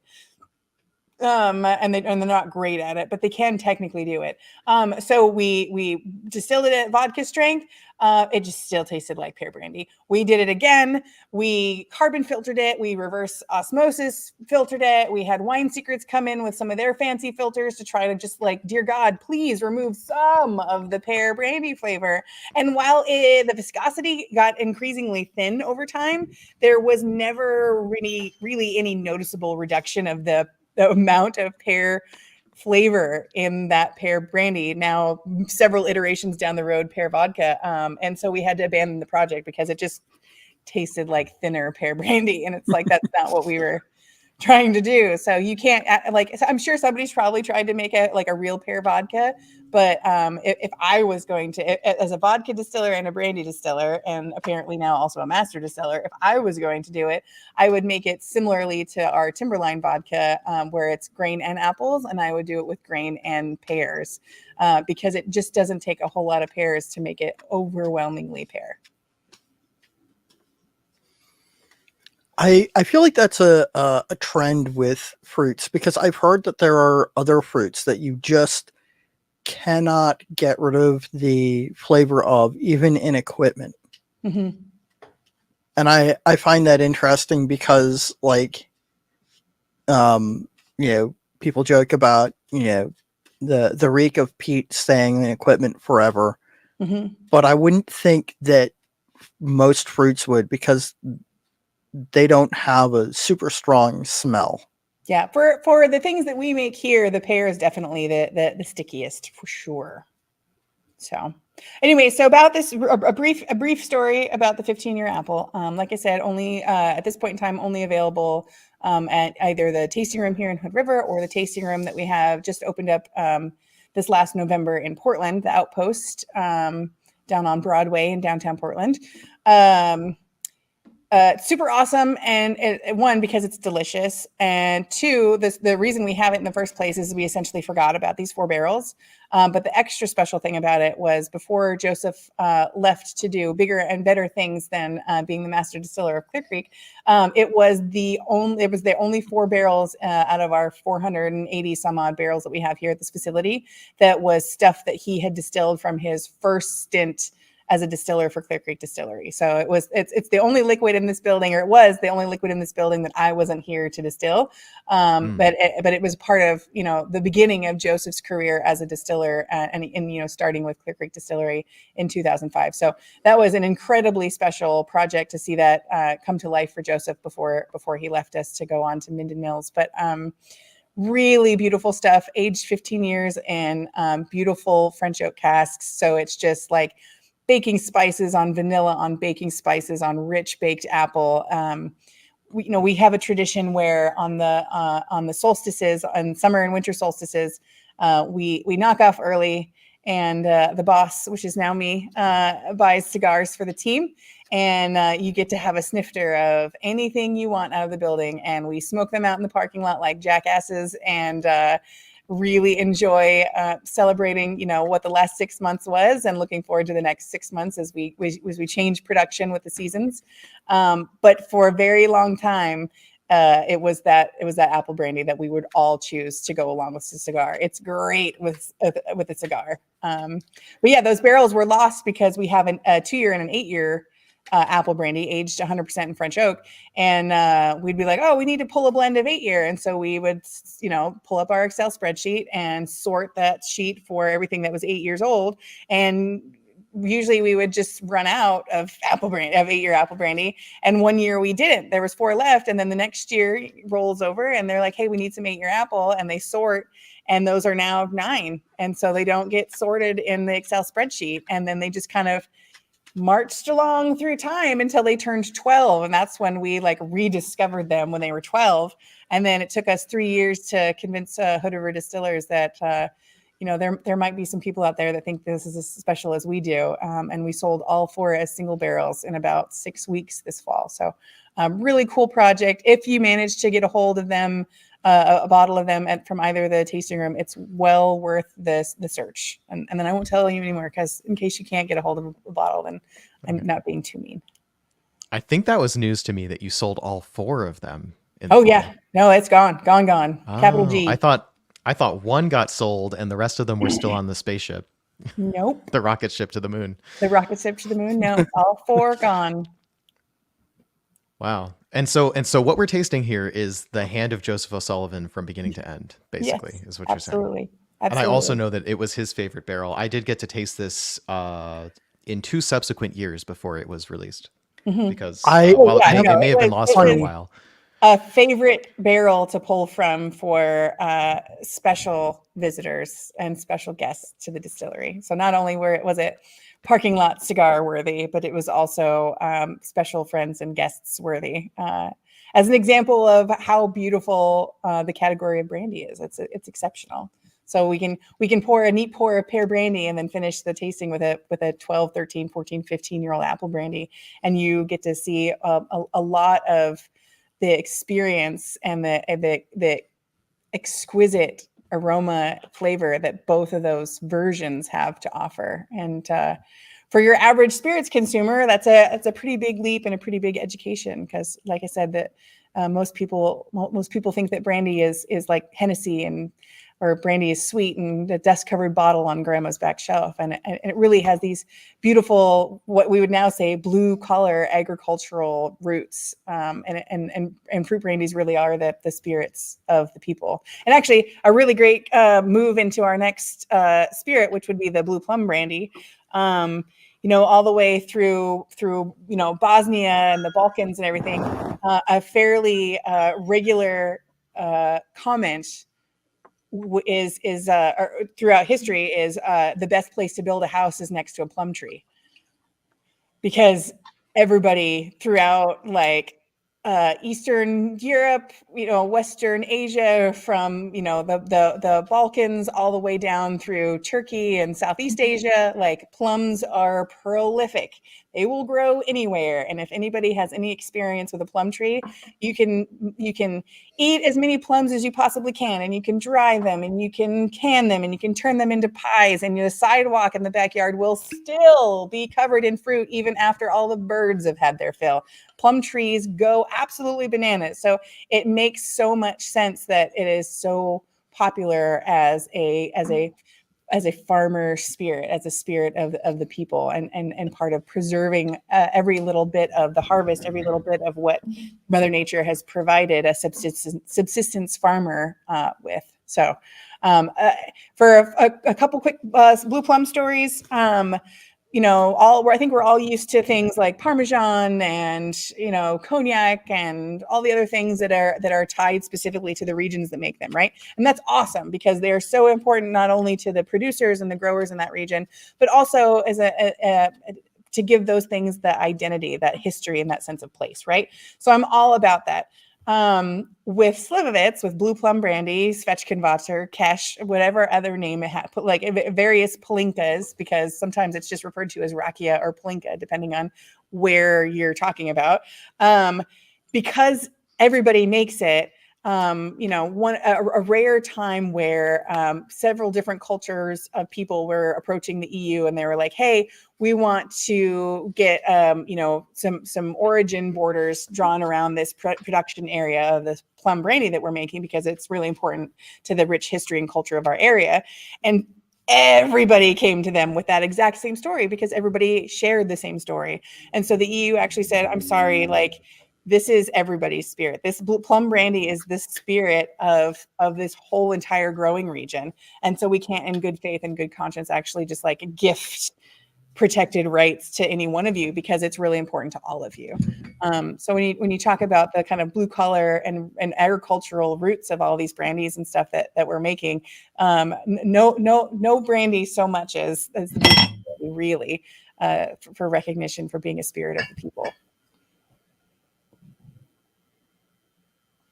I love that about Slivovitz. Mm-hmm. And I'll say, as much as my family loves whiskey, we've got peat fans, we've got bourbon fans, especially between me and my parents, maybe not the broader family, but Sure.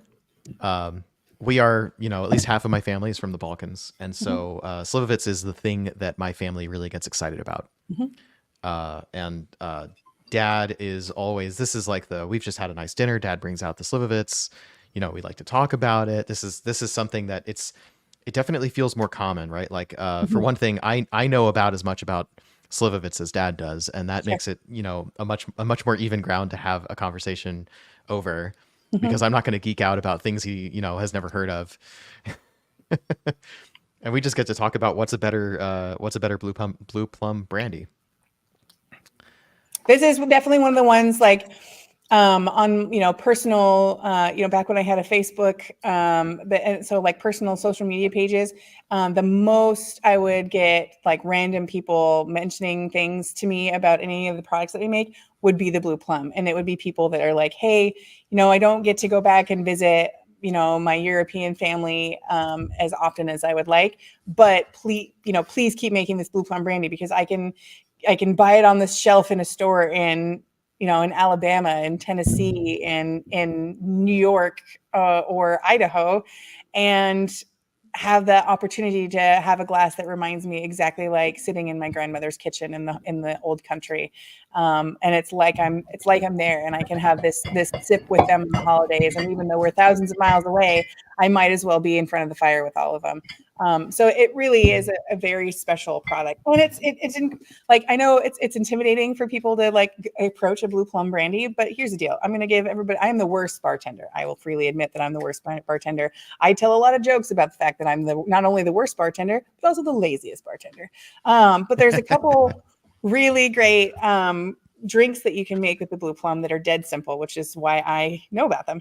The first one is a daiquiri. So we're coming up on warmer temperatures. It's spring, summertime here pretty soon. And I'm an absolute monster, and I even like it blended. Don't hate me. But if you make a daiquiri with the blue plum brandy and just swap out the rum for plum brandy, it's amazing. And it's dead simple. It's 3 ingredients. It's simple syrup, blue plum brandy, and fresh squeezed lime juice. Put it in a blender with a bunch of ice, whiz it up, pour it in a glass, go out in the sunshine, enjoy yourself. It's amazing. And the second time, you know, 6 months, 8 months from now, when we start getting into the chillier temperatures and everybody starts thinking that mulled apple cider is a great idea. I know that the first thing that you're going to do is you're going to grab some beautiful apple cider from apples grown here in the Pacific Northwest, because if you're watching the show, you're already a gem. And you're going to put it on the stove, or if you're like us here at the distillery, you put it in you put it in a beaker on a hot plate, and and you add some spices to it. I like to add cardamom and a couple sticks of cinnamon and a couple pieces of caramelized ginger and a couple cloves and a pinch of salt, because sugar's for losers and salt is better for counteracting bitterness. And let it boil on for a little bit. And then everybody's first instinct is going to be either A, probably to put some sort of whiskey in it or bourbon in it. Sure. The next thing you're thinking, I'm going to say, is put some apple brandy in it, because it's mulled apple cider. Why wouldn't I put apple brandy in it? Loser. And here's the deal. The next time you do it, you're going to put blue plum brandy in it. And when Joseph told me this, when we first started working together back in 2017, I called him a loser. He will tell you that. I will say, I'm sorry, you're wrong. That's dumb.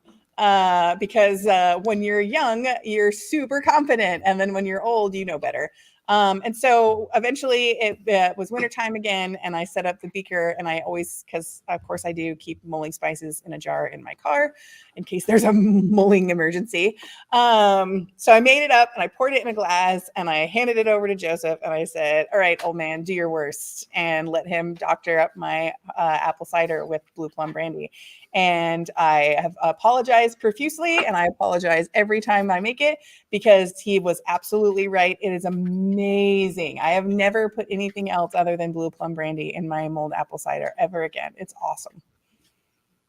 So there you go. Two cocktails to make blue plum brandy not scary. Yeah, that sounds like it's going to be amazing. I can really see how that would work. There's a through line between certain styles of rum, maybe cachaça, that kind of thing, with the blue plum brandy. There's definitely some similarities there. It's not the same thing, but it feels like it would substitute really well. So there you go, audience. People joined for the brandy geekery, and stay for the lazy cocktail recipes. And, my favorite cocktail recipe is a lazy cocktail recipe. Can't be bothered with tiki. Sure. Yeah. I have. I just I have a lazy old fashioned recipe now because one of a really wonderful man named Rick Morris, who does all of the blending down at the Hood River Distillers bottling plant, he asked me if I had an old fashioned recipe because he's a silly man and thinks that I drink when I'm not at work. I only drink at work. And I was like, I actually don't. But I was at home when he texted me, and Clear Creek also makes the De Graaf Amaro and Aperitivo, and for the purposes of this conversation, we'll talk about the Aperitivo.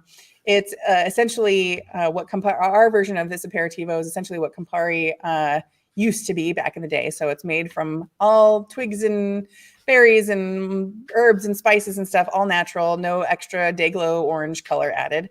But the predominant flavor is kind of a bitter orange flavor in that De Graaf Aperitivo. And I had a bottle at home because of course I did. And then we also, Clear Creek Distillery is the original idea behind the Trails End finished bourbon line. I actually named that brand line, which is another show. And so I also have Trails End bourbon sitting on my counter, and I can't be bothered to make simple syrup because that's the kind of person I am.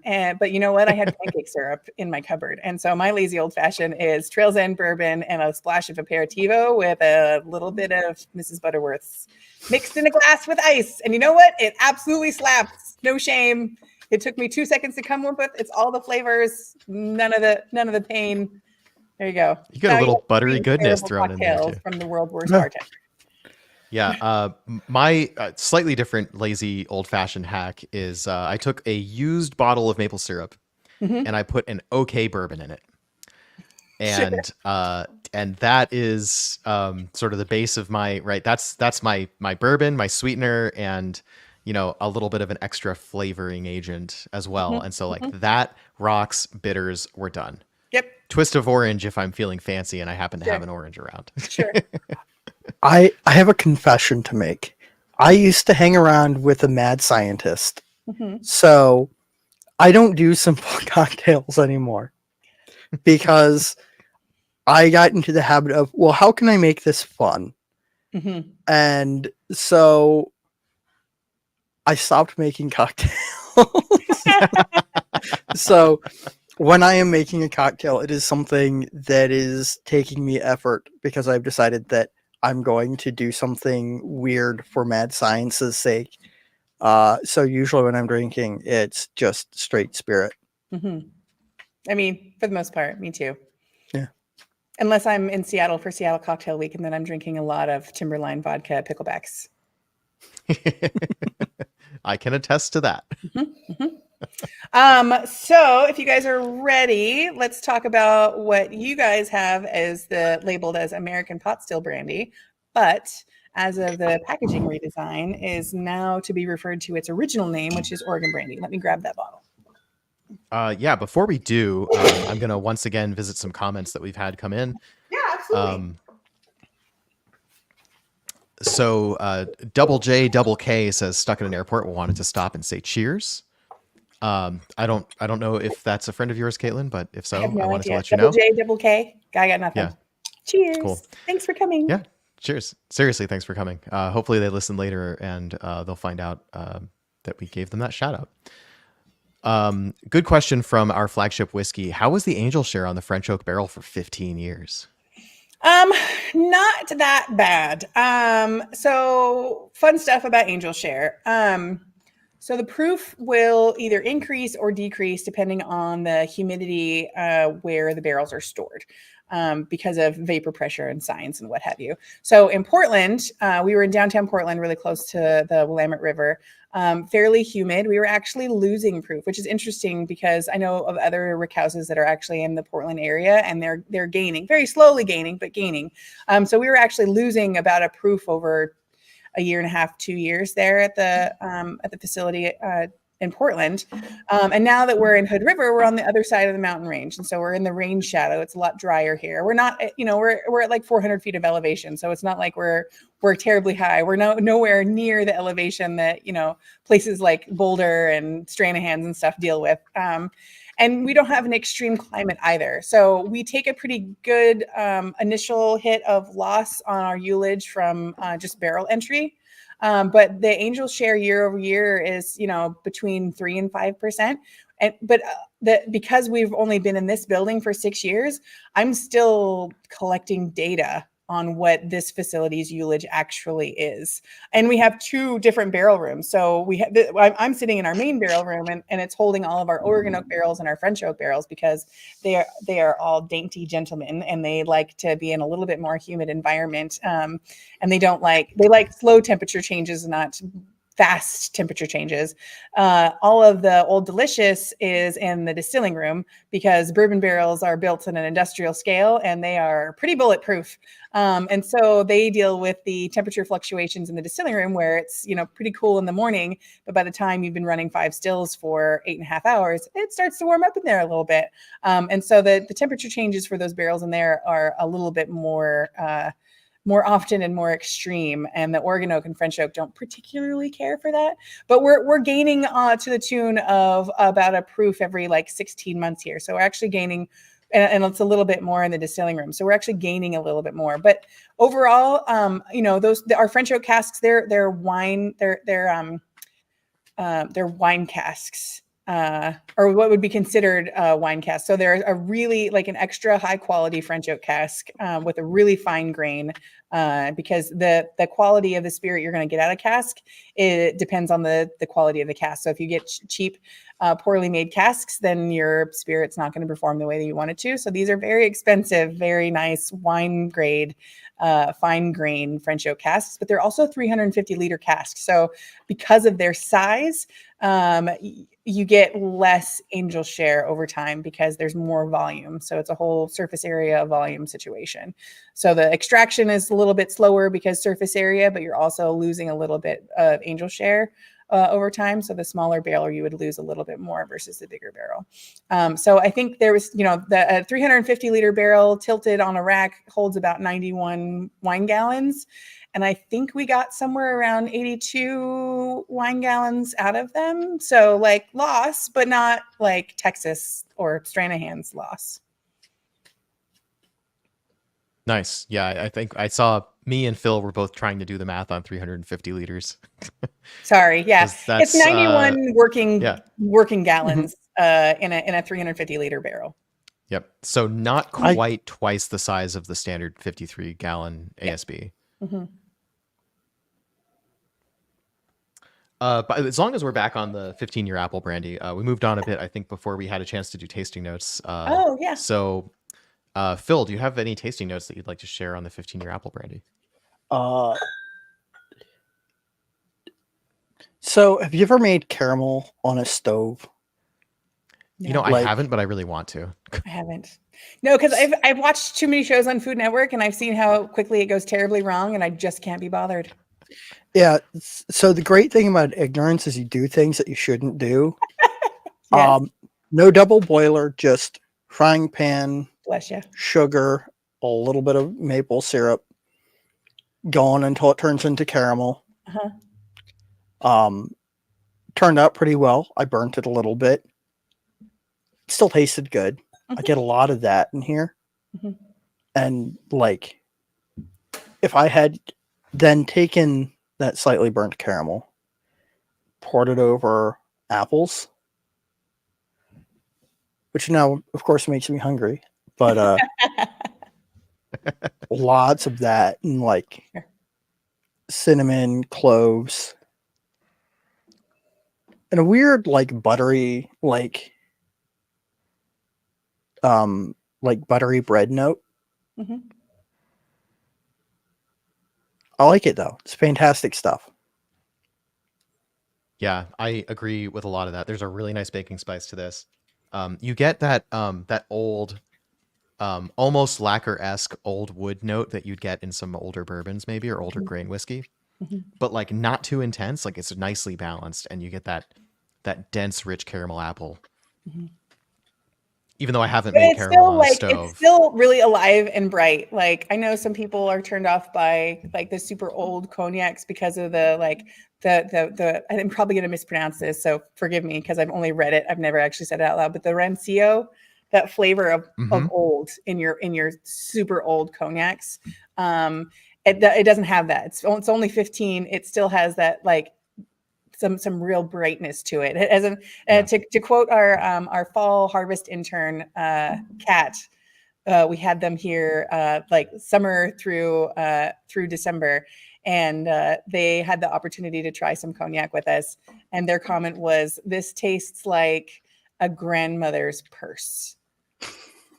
Was their essentially their transcription of Rancio, right? So it's like the cigarettes she's probably been hiding from her family in there. The purse is 1,000,000 years old. It's well worn. It's a little dirty. It's cracked around the edges. There's definitely some Werthers in there. Who knows how many decades of dust and things.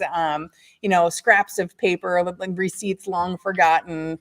And the sweetness of a perfume and like the rose characteristics of the powder that she uses, because old lady makeup powder just always smells like roses. And I can't get their comment out of my mind when I taste these old cognacs. I always find some way to translate Kat's notes of an old cognac back into some grandmother's purse. We just had a couple of people join on Instagram, so I'd like to acknowledge them. Bourbon Lens and Embellish Pod, thanks for joining. It's really good to have you here. Oh, excellent. Thanks for coming. Oregon Oak and Garyana, Quercus Garyana are the same thing. So I just wanted to answer that question. Let's see. Charred homemade maple caramel. Yep. That's basically what I made. Wow. Yep. Because I needed some liquid. I mean, if you need a liquid, that's a pretty great liquid to choose from. Well, I mean, that's why there was some maple in there, because like I didn't want to add water. I didn't know what I was doing. Yeah, you did a great job. Sweet, tasty liquid. Yeah. Yeah. So Embellish Pod says caramel has to use green apples in my world to have that bright counterpart, and it sounds like this is that. This is 100% that. Absolutely. Oh, yeah. There's a green apple brightness that shines through. It's not like a citrus brightness, I don't think. But that green apple for sure, that's where the brightness is coming from. Absolutely. All right, I'm gonna get us back. Yep. A couple more comments. I'll just go down the line of comments, and then we can be free and clear on that next thing. Okay. So Samalo, thanks for joining. Sipping along with some Clear Creek Douglas Fir brandy, absolutely phenomenal. Shocked me on the first taste and has kept wowing me every time I open the bottle. Love the discussion. Thanks for joining, Samalo, and thanks for that comment. Absolutely. I'm glad you liked it. Flagship Whiskey says, laziest cocktail of all, just add ice. I'm here absolutely. For that. Riff Raff's Elbow says, lots of interesting info. Enjoying the call. Calling a brandy drink a daiquiri feels like a stretch, but that daiquiri sounds lovely. I kind of agree. I'm not going to get too. There's so many thresholds to education. I'm willing to be called out for bastardizing the term daiquiri and then with an opportunity to educate and take away some of the fear of the brandy category. So like, fair enough, bollocking accepted, but it's still really good. Yeah, I'm going to go ahead and say, it's okay to call it a riff on a daiquiri. If you're a fan of Greg from How to Drink, he's been doing episodes recently where he takes a cocktail spec and just does a riff on it. So something like the old fashioned, like you have to have a spirit and a sweet syrup and bitters and ice.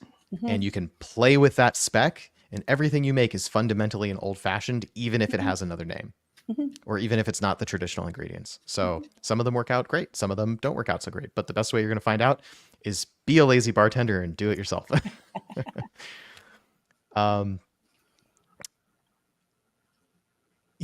Genji says daiquiri with blended ice sounds pretty good. It is. I can confirm that. Some bars will do it unashamedly. Some daiquiri purists think that blending it makes it not a daiquiri. And, I'm not here for that kind of pretension. I will say if it tastes good, that's all that matters. Yeah. Live your life. Call it a daiquiri and put it in a blender like a rebel. Yep. Flagship Whiskey says there's a point when the barrel takes over and overpowers the original base ingredient. So balancing the base spirit with the barrel is the art of distilling. Absolutely. It's knowing when those barrels are mature, and maturity is not always listening to when that liquid is telling you that it's time. Absolutely. Yeah, I think talking about Rancio a little bit, Riff Raff's Elbow says once you get into 3+ decades, you get some weird notes. Yep. Sure. I my first spirit-esque fascination, I would say, was tawny port. And I was told by someone who's an expert on tawny port that once you get past 30 years, 40 years, 50 years, it transforms into something completely different. And I learned later that that transformation is generally referred to as rancio, Cool. or however you pronounce that. Who Yeah. knows? I mean, that's how All it's right. spelled. I mean, best guess. I can't wait. That's to the be comments for corrected. now. Hopefully we Correct didn't me. take up too much I time dare with you. comments. So time to move on. So yeah, we're going to like Brandy. I think the light is too bright. You might not be able to see it. Oh, maybe a little bit. Yep. So it used to be called American Pot Still Brandy. It's now going to be called Oregon Brandy, which is what it used to be called. The label says aged 2 years. I'm going to tell you right now, it's usually a blend of brandies that are 4 to 7 years old. We don't do a batch statement on each release, but there is some variation from batch to batch. What I always say is I can't promise that it's going to be exactly the same, but I can promise you that it's going to be really good. So that's the quick bio on it, but it's made from local wine. So again, going back to the values of Hood River Distillers, but more importantly, the values of Clear Creek Distillery and the sandbox of creativity that we keep ourselves in here for the Clear Creek Distillery brand. Everything has to be local. So we're buying wines from local wineries, distilling them, aging them in French oak casks from anywhere from 4 to 7 years. There's a couple in here that are knocking on 10, and there's some that we've only had put away for a few months. So someday they'll be ready. And that's what all gets blended into the Oregon Brandy. So there's certainly some like fairly intensive tasting and blending that happens with each release of McCarthy's. But I would say next in line for the amount of time that we spend on the blends is going to be every batch of the Oregon Brandy. It's really amazing. For some reason, when we had the name change to American Pot Still Brandy, everybody got really confused about what it was, and everybody stopped buying it, which is unfortunate because we used to sell out when it was called Oregon Brandy, which is why we've returned to our roots with the new packaging, which I'm very excited about because it really is an amazing spirit to play with. It plays really well in any whiskey cocktail, plays really well in any apple brandy cocktail, any regular brandy cocktail. It's great, just neat by itself. It has like a lot of, well, I should let you guys tell me what it has in it. Because I'm definitely interested in your tasting notes in it, but it's definitely it's a lot of fun to make. It's a great fun to distill. One, because we're so used to distilling thick fruit mashes that distilling something that's easy to pump and easy to clean out like wine is kind of a little bit of a vacation for us. But it also, really goes through a kaleidoscope of flavors as you make your way through the distillation curve on that wine. And no matter the variety, there's always a lot of changes, but no matter the grape variety, it's interesting to see where the flavors all kind of align. And for me, it's near the tails cut. It's when you get closer to the water portion of the distillate.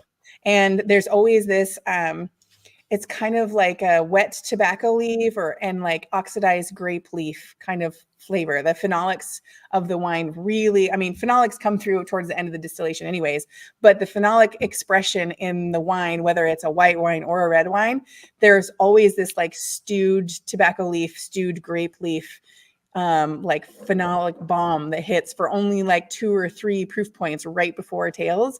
And it adds this really impressive complexity to the overall brandy. But it's a lot of fun to distill and to taste through as it's distilling. All right, I'm going to take a quick break. You said you were happy that I had the old Aspect bottle and that branding, so I'm going to show this off real quick. Mm-hmm. So this is the bottle of the Clear Creek pot still grape brandy that we have. Mm-hmm. As you can see that it emphasizes pot still on the label, which maybe that's the thing that's scaring people. Yeah, I don't know. Yeah, I don't know. Everybody sees the word pot and they're like, is it marijuana brandy? What's happening? It's not marijuana brandy. It's just I didn't even think about that, but that's a really good point. It is Oregon. Yeah, it is Oregon. It is the Pacific Northwest. It is the West Coast. All right. So real quick question. So I also have here a official sample of the Clear Creek Grappa, which is made with muscat grapes. Back in the old school glass bottles. Bless. Yeah, I love that the mini is glass. That's pretty cool. Uh-huh. Is it also muscat grapes for this American pot still grape brandy? There have been blends that have had Muscat brandy in them to a small degree. Muscat brandy is really powerful. I mean, it's I mean, I'm going to get bollocked for this as well by saying it's basically Pisco, but it's basically Pisco. But it's really citrusy. It's really floral. It's very, a Muscat brandy is very obvious that it's a Muscat brandy. And so if you were going to do a whole Muscat wine brandy and age it, like it, I would love to release one of those. I would love to release some varietal brandies. We've never done it, but we have a few in here. But yeah, when I've included it in blends, those are the blends that people are like, oh, I really like this one. It's got a little more floral. It's a little bit more like fruit forward. So I like including a little bit of it, but yeah, no, I think it would be overwhelming for the style that we're shooting for the Oregon brandy to have it be 100% of Muscat brandy. So I'm gonna stop and say at this point, out of everything that we've had, the way that we started was definitely right, because compared to something like whiskey, a lot of these brandies actually come across pretty dry. They smell really fruity. They give you those fruity sweet flavors. But when you actually put it next to something that has a real sweetness to it, like actual like glucose or whatever in from the wood sugars, a lot of those brandies are actually quite dry. And especially the Slivovitz, which I think we also forgot to do tasting notes for. But the thing that always surprises me about this particular Slivovitz is it's very buttery.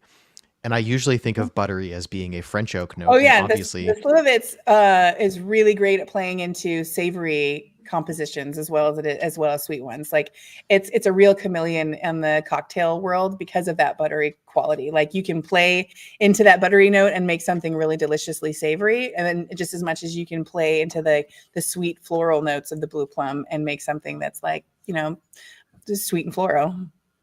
Yep. The Slivovitz is one of those things where if you've had a bunch of sweet things, like I want to say the first time I tasted the Slivovitz is when Joe had me taste the McCarthy's PX.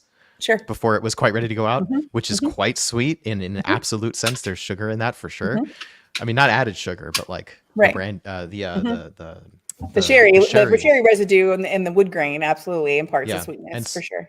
And going from that to the blue plum brandy, I was like, this is dry. Like this is bracing, like by comparison. But going from all dry things and coming across to the blue plum brandy, it's like this is one of those examples where it really matters what you've had to eat or drink before you taste something. And in the right context, it's absolutely awesome. Not that it's not awesome anyway, but if you're expecting it to be sweet, maybe it won't be. Sure. Now we come to the French oak pot still brandy. And also this is distilled from grapes. This is grape brandy, which I think to me, this makes this the sweetest tasting thing so far. Really? That's usually what I get from grape brandy. It usually comes across as kind of sweet. I know that a lot of cognacs can have sweetener added, so there's that aspect to it, but obviously this doesn't. Something about those grape flavors, the nose on it, just reminds you of sweetness. It is a little bit sweeter on the palate. It is by no means sweet, but it does have a more centered profile in terms of, you know, at the one end you have the driest, and at the other end you have like some of the like added sugar nonsense that's available. And it's squarely in the middle where there is some sweetness there, but it also like has depth and roundness to it, and that nice like leafy vegetal note on the around the edges that keeps it in check. And I think it is a very nice, well-rounded, centered profile. Yeah, this last blend, I think I actually snuck in some Gewürztraminer to kind of spike some of the floral characteristics. So it's not Muscat, but Gewürz in this last one. All right, I'm sending a bottle to my parents. They love Gewürz. But like of all the things that are in there, there's there's some Chardonnay, there's some Pinot Noir, there's a little bit of Cab, and then that just like little twist of Gewürz at the end. I mean, blend. I love a great many things about my job, absolutely. But like if you want to talk about a day where I'm like, oh, it's gonna be one, getting to talk to people about what we do because it's a lot of fun. So I love doing podcasts. I love going out there and doing tasting events and talking to people. But if I get to spend a few days or a week working on a blending project, I am the happiest. I'm the happiest kid ever.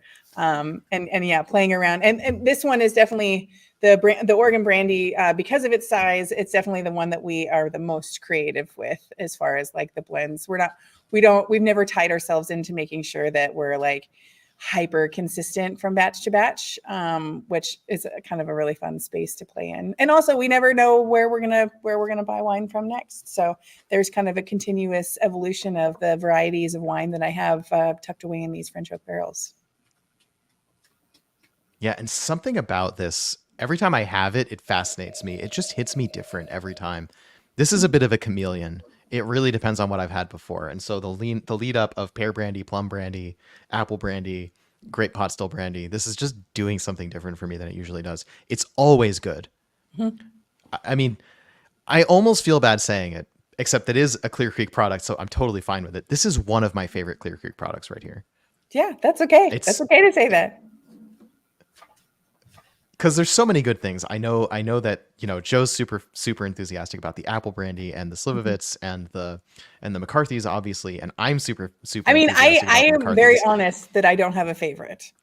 I have a least favorite. Don't ask me what that is. But Okay, I won't. We have an agreement that I won't make you say anything you don't want to say. And I'm like, I'm sorry. That's just like asking a parent which one of their kids is their favorite. Yeah. I don't have favorites. I just have ones that annoy me more on some days than others. Yeah, there's one that they maybe like just a little bit less. That's yeah. I'm a proud parent. That's where I'm at. All right, I'm gonna. There's been a great number of comments come in, so I'm gonna real quick retrack on some of those. So, Embellish Podcast, John Hughes, thank you for joining us. I'm a firm believer in a rising tide floats all boats, so I am perfectly okay with advertising other podcasts while we're live. So Embellish Podcast is fantastic. His interview style is great. I was honored to be interviewed by him, and I've heard the same from pretty much anyone that I know that's been on his show. So you should go check that out. It's great. And thanks for joining and thanks for tuning into the live. I really appreciate it. Riff Raffs says, oh, and sorry, aside from the shout out, he asks, why isn't there THC brandy? There might be. There's a few THC like canned cocktails and stuff out there. I think realistically, the reason you haven't seen it yet is just it's a hairy place to be from a compliance situation. Alcohol is already crazy enough in that, from state to state and sometimes county to county, all the rules are different. And, with your labeling and your taxes and shipping and everything like that, to layer on the complexities of the regulation around any kind of THC product, it's a lot to take on. I have been told that infusions with our pear brandy are phenomenal. I have never tried it. It's not been. I drink for a living, so it's not been something that I've ever felt like I need to explore. But for those of you that are in states where it's legal, put them in some pear brandy, and you might like it. But yeah, I think realistically, it's just the regulatory hurdles, and really from the banking standpoint, right? Like it's still not legal on the federal level, and there are very few banking institutions that will deal with that money. And so, right as it stands right now, a lot of companies are having to take cash to their state's capital to pay their payroll taxes every 2 weeks because there's no banks that will let them put their money in them. Because it's not legal on the federal level. And so for a distillery to take that on and then potentially put all of their money in jeopardy, like I'm gonna go out on a limb here, having done absolutely no research, and assume that is why you don't see it or haven't seen it or I don't see it much, is because just the regulatory hurdles with combining them is going to be astronomical. I will say there is a Virginia distillery that is producing a THC-free, no THC, weed-flavored vodka. Mm-hmm. And it's pretty awful, to be honest. I'm struggling to square why you would want the flavor of THC without the effect. I don't know. Because, I mean, it certainly smells awful and it doesn't taste great either. Hey, different strokes, my man. So for some people, Yeah. that might be manna from heaven, and I'm not gonna say that that's wrong. Certainly not my bag, but if that's what somebody likes, go nuts. I also don't like canned tuna, which already kind of puts me Yeah. on the outside of many prominent circles, not being able You to know, enjoy a tuna fish sandwich. We can or a agree that tuna canned casserole. tuna isn't the best. We can agree on that. You have to spend real money to get good canned tuna. Yeah. My mom was really big on canned salmon and actually made really good. There's this dish. I mean, I'm from New Jersey. John knows this by now, I think, because I brought it up. He talks to people about Taylor pork roll. Another fun thing that comes from New Jersey is salmon and peas. Sure. So you take a pack of so you take canned salmon and a pack, maybe cream of mushroom soup or something with cream, and a pack of frozen vegetables like the peas and carrots. You put that all on a double boiler together, and you make this casserole filling basically.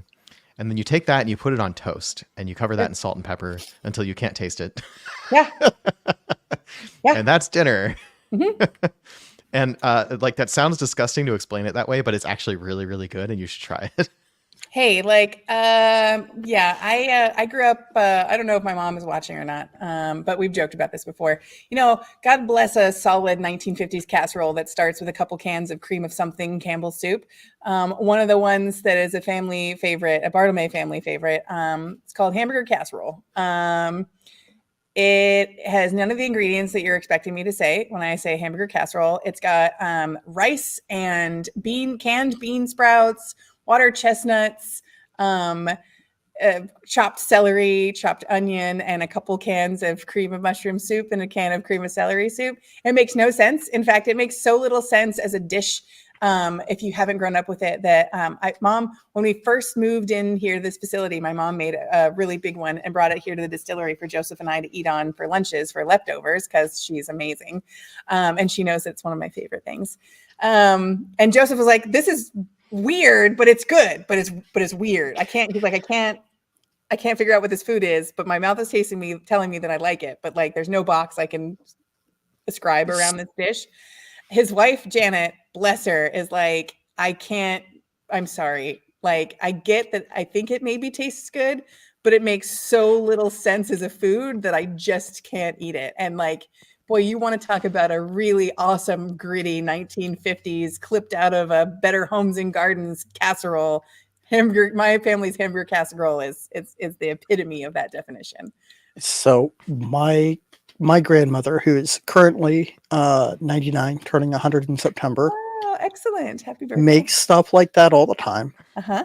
And it is an artifact of growing up in the Great Depression into the wartime, food's hard to get, into that's just the food that we make is what we can get sort of with a can of cream of something soup, sort of cooked all together. Mm-hmm. And then if you're feeling fancy, you spread like panko or something on top of it and throw it in the oven for a few minutes to brown the top. Mm-hmm. And or ground up saltine crackers. Hamburger casserole has the chow mein noodles on top of it. Mm-hmm. Yep. Mm-hmm. And All right, so I think in the tasting order, deep into casserole things here. Yeah. I know, right? Just to bring us back on track here, I think it's actually time for the Doug Fir. Yeah. Yes. Yeah. So before we do, there was a great conversation that happened in the comments. I want to bring it up. Embellish Podcast, John Hughes says, there's a real brain trust here. I often catch myself using dry and tannic interchangeably. Give me the idiot explanation to help me not do that. Some context from the comments. Riff Raff's Elbow says dry means lacking in sugar, whereas tannic means bitter from tannic acid. Mm-hmm. Do you have anything to add to that? I think that was just a great call out to have the difference between dry and tannic. Dry, absolutely. A wine that's dry has been fermented out completely, so there's no residual sugar. Absolutely. Tannic, yeah, it's that bitter. hilariously, it's that bitter and also drying feeling that you get in your mouth. So like when you drink a red wine, like especially like a big red wine, like a Cab Sauv or something like that, that's been fermented out completely, and you get that kind of like drying sensation across your palate. It's kind of like a feeling. It's like not as a flavor and also a feeling in your mouth. That is the result of the tannin. So like if you were to eat take a bite of a fresh apple, and you would get or a pear that's not quite ripe, and you would get this kind of like weird kind of dry, it feels like a dry coating on your mouth. That is that astringency that is from the tannins in that fruit, from the tannins that have transversed onto your palate from the juice and everything like that. So that's the difference. There was another side comment here from John. Caitlin, thank you for pronouncing that word correctly. I hear it here in West Kentucky all the time, and it's always wrong. I believe he's referring to Gewürztraminer. Oh. See, So I grew thank up you for educating the I grew up on a audience. farm, but my parental units started a winery when I was in middle school. So I got a very early education in European grape varieties and how to pronounce them. Because I've been teaching adults on how to drink alcohol for like 20 years now. Hilariously, I wasn't allowed to pour as a minor behind the bar and the tasting room that was next to our house at the farm. But I was allowed to do in-store grocery store tastings. So I was a high schooler, and they would pack the car full of cases of wine and ship me 2 hours down the road to Portland to do in-store, like Fred Meyer's wine tastings of our Cab Sauv, Merlot, Gewürztraminer. We had a Chenin Blanc. So I've heard all the pronunciations and try to be good and make sure that I hit them when I can. Also, there was a great side discussion in here about THC, and I'm going to leave most of that just to stay in the comments. But I'll highlight this. I'll highlight this comment: complying with federal alcohol distillation laws while playing around with a Schedule I substance sounds like a nightmare. Yeah, absolutely, it is. Yeah. It is. Yep. It is. Yep. I'll add one more thing as a PSA. Keep in mind the phrase, crossfading. If you don't know what that is, look it up. Mm-hmm. Basically, mixing weed and alcohol is generally regarded as a bad thing. So if you do try this thing where you look into infused alcohols, be careful. Go light on it. The same way they say if you try an edible, don't say like, oh, it's not working, have another dose, because you could end up, melting into your couch later. Also be careful when you're messing around with alcohol and THC. Yeah, go light the first time. If you get nothing, that's the worst case, but stick to your plan. Mm-hmm. And don't go over. Learn your body. Mm-hmm. Experiment safely. Yep. And if my parents are watching, I'm not admitting to anything. I know my parents don't watch. You're older than 30, right? If you're over 30, the statute of limitations is up. You can start confessing things that you did in high school. We already talked. Maybe it was pre-recorded. We were talking about that. If you're over 30, it's time to start fessing up to all the really good stuff. I am 30. Which feels weird to say. Yep. Yeah, you just wait 6 more years in, it won't feel weird anymore. And then you can get really curmudgeon-y when you see teenagers at the grocery store. Oh, I'm already a curmudgeon. I've been a curmudgeon since high school. Yeah, isn't that a fun thing? So, dry is just a bad term. Yeah, I don't know. They had to come up with a word that's the opposite of sweet. I don't know why they went with dry. Mm-hmm. I don't understand this comment. Dry greater than moist, greater than ointment. Maybe I shouldn't have. I have no idea what that means. Yeah, but how's your feeling? What are your feelings if you don't care for the word ointment? What are your feelings on unguent? Oh, I love that word, but I also hate it. Or salve. I don't even know what that means. What about a salve? I just watched Endgame for the first time this past weekend. I don't even know who you are. Believe it or not, I somehow managed to go 3 years with no spoilers. Salves and unguents. Yeah. Yeah, that's right. In case nobody knew yet, I am a nerd. Yep. All right, Doug Fir time. All right, let's move on. Doug Fir. Yeah. The pièce de résistance. Phil, hold up that bottle for us. Made by picking the fresh springtime Doug Fir buds of the Douglas fir tree, Pseudotsuga meninzi. Super dope. I would show you the new packaging, but apparently this light is too bright, and so it kind of doesn't do it justice, which is unfortunate. But it's in the beautiful little new 375 bottles with the same kind of packaging that all the other bottles have, which is really great. Made with both grape and pear brandies. It's actually, so we've called it an eau de vie, we've called it a brandy, and it is those things, but it also isn't those things. It's more akin to what it's called a Geist, which is the word for ghost in German, because we're adding those green Doug fir buds into the brandies and then redistilling that. So a lot of framboises across the country. Well, I think it's us and Lost Spirits, I think, are the only producers, domestic producers of framboise that are making it from whole fruit ferment.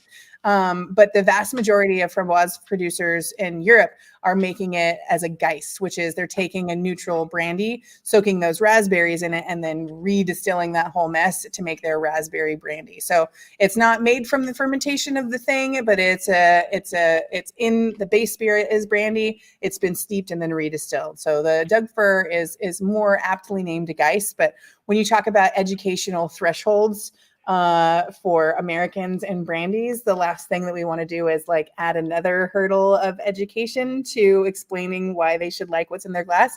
So we don't, we only bring up Geist to the nerds, to the real bros. And then we add more Doug fir buds back into the distillate because we want to keep that pretty green color. So that green color is all natural green chlorophyll from the springtime buds that we pick from the Doug fir trees. Doug fir picking, shoot, did you guys lose me?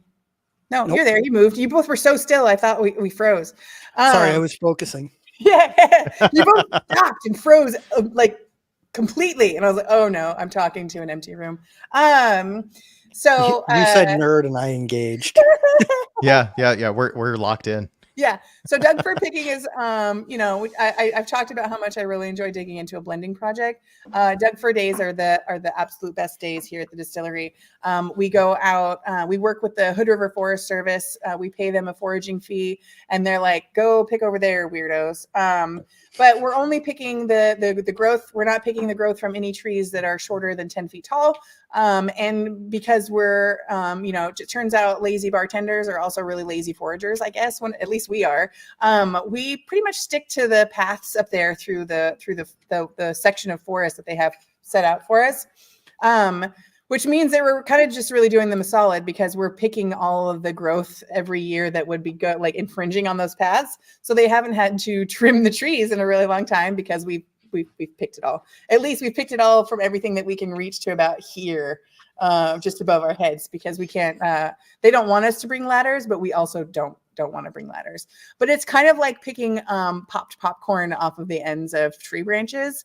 And there's it defies the laws of physics because we've never seen a full bucket of Doug fir buds. We go out there with 5-gallon buckets, and the bucket will, you're starting to pick these Doug fir buds. You're out in the forests. Sometimes it's a stormy day. Sometimes it's a beautiful, warm, sunny day, and you get your tank tops out and get a little bit of sunshine.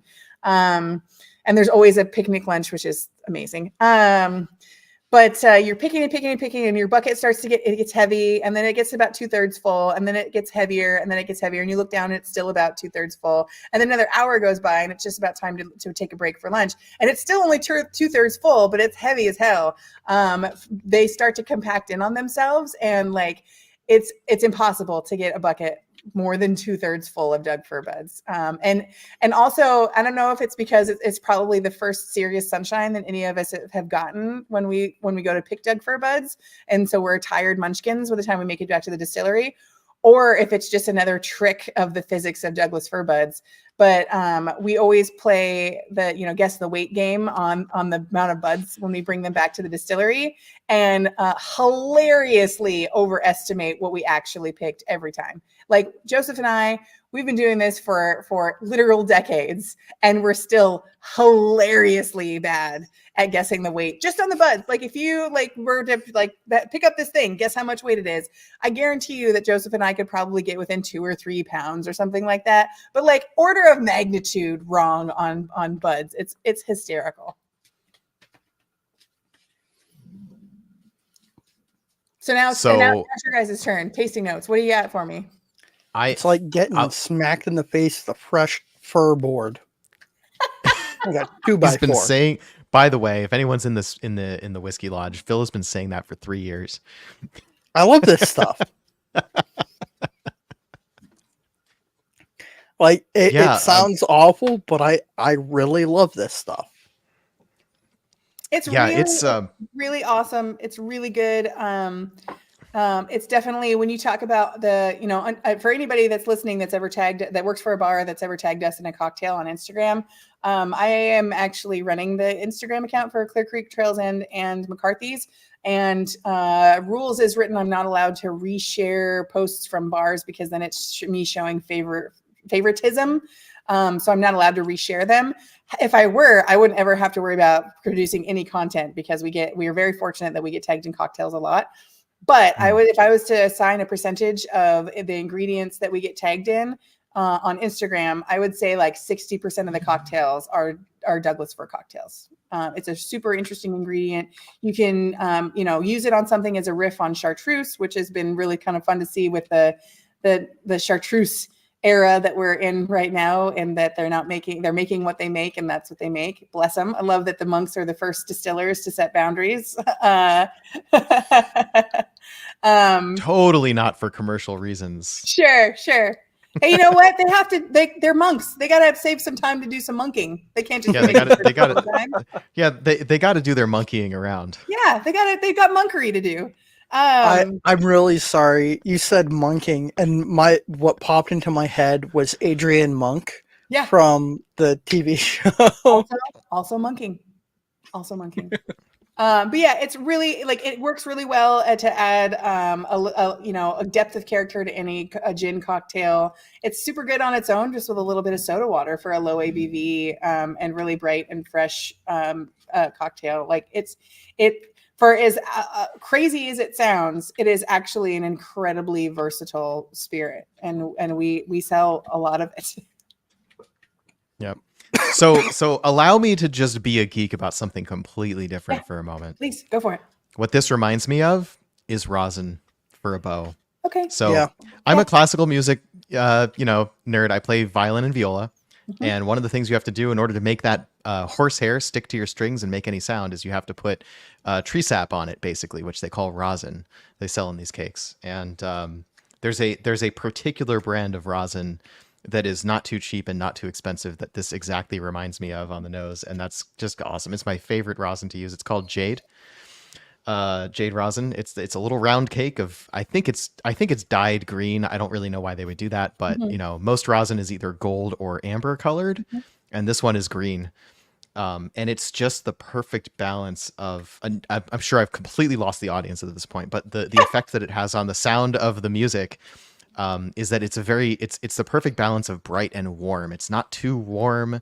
If you try to use like a cello bow rosin on a viola, it's too warm. If you try to use a violin rosin on a viola, it's too bright. So that jade rosin is the perfect balance of warm and bright that works for a viola. And there's one person ever who will hear this and know what I'm talking about. So Two, that's awesome. And everybody has a little bit of synesthesia. And so we often, I'm going to tag onto Joseph's speech that he did last year for Tales of the Cocktail.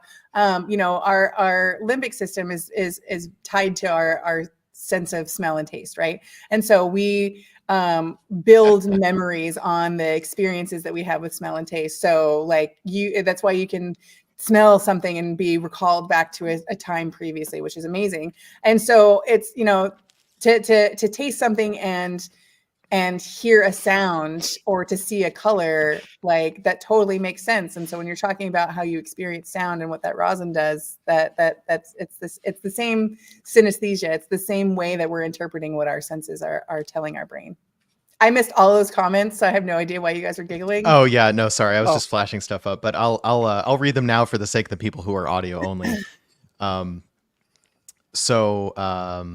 Actually, let's go back. Also, this is going to sound really weird, but I just got a little bit of Kewpie mayo. Oh, I don't know why, but something about Kewpie mayo is particularly citrus heavy for mayonnaise. Sure. And something about that funny enough, the afternose of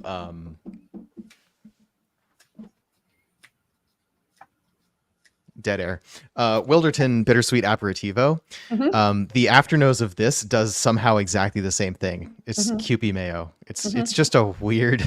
It's a weird thing that comes up. Not something I dislike at all. If you don't like mayo, like I used to think I don't like mayo. I don't like Hellman's mayo. Sure. I have discovered other mayos that I like. So give mayo a chance. Also, here's as long as we're doing food hacks today. So here's a thing I learned from watching a weird corner of YouTube that's like restaurant chef people. So instead of butter for like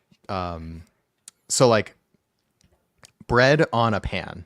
So like if you're doing like a hamburger bun or you're doing Texas toast or something like that, instead of searing it with butter, coat it in mayonnaise first. Oh yeah. And sear that, and you get this nice. It's a lovely spreadable fat that also has a citrus bite to it and a meatiness. But also, to there's it. proteins in there, and so this is where the food science is going to come out. In order to the Maillard reaction, which is the browning reaction, that is the reason we love toast and the reason we love caramel and all those really super yummy like toasty malty notes.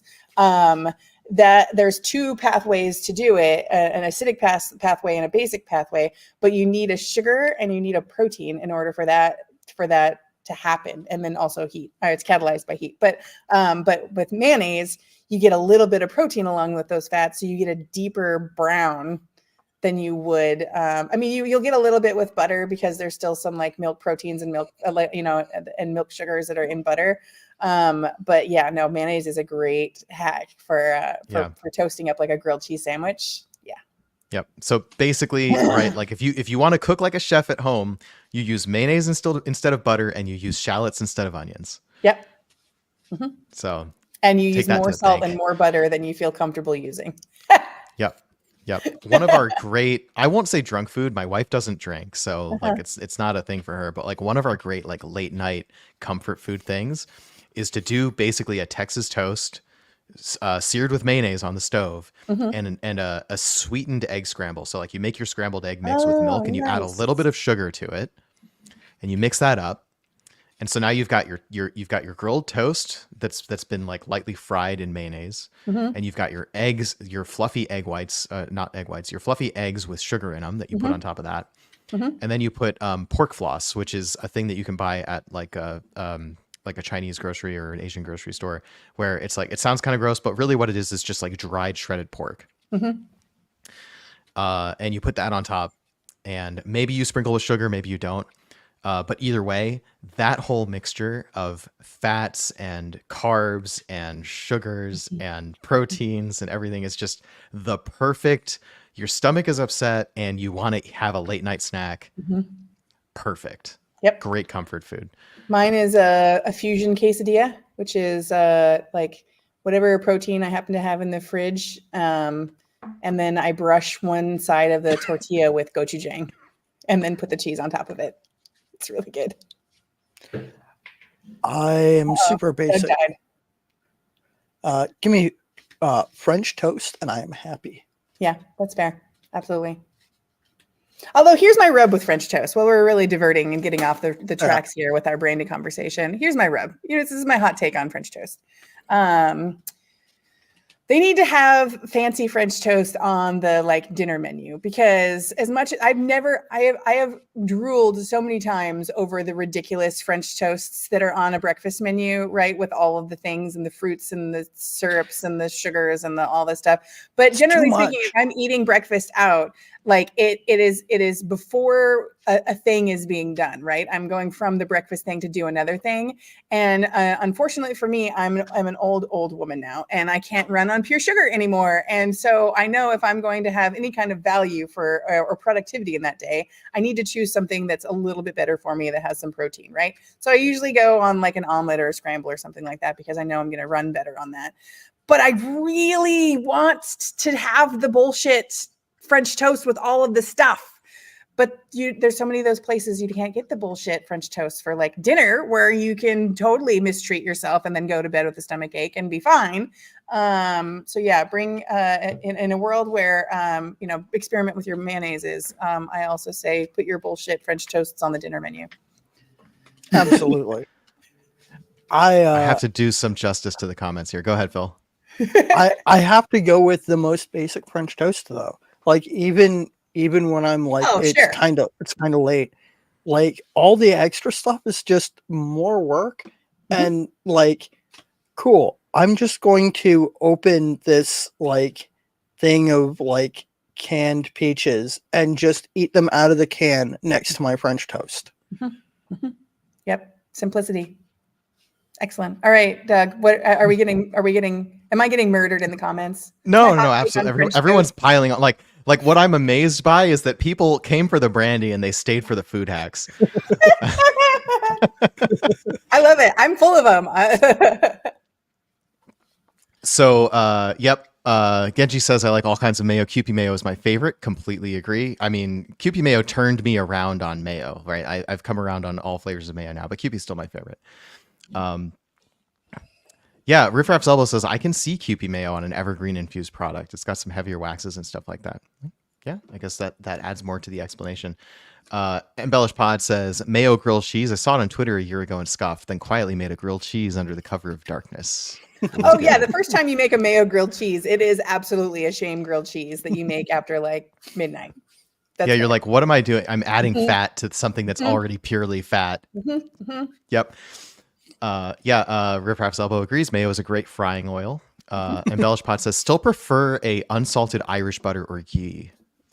Yeah, absolutely. I can see that. I mean, butter is a classic.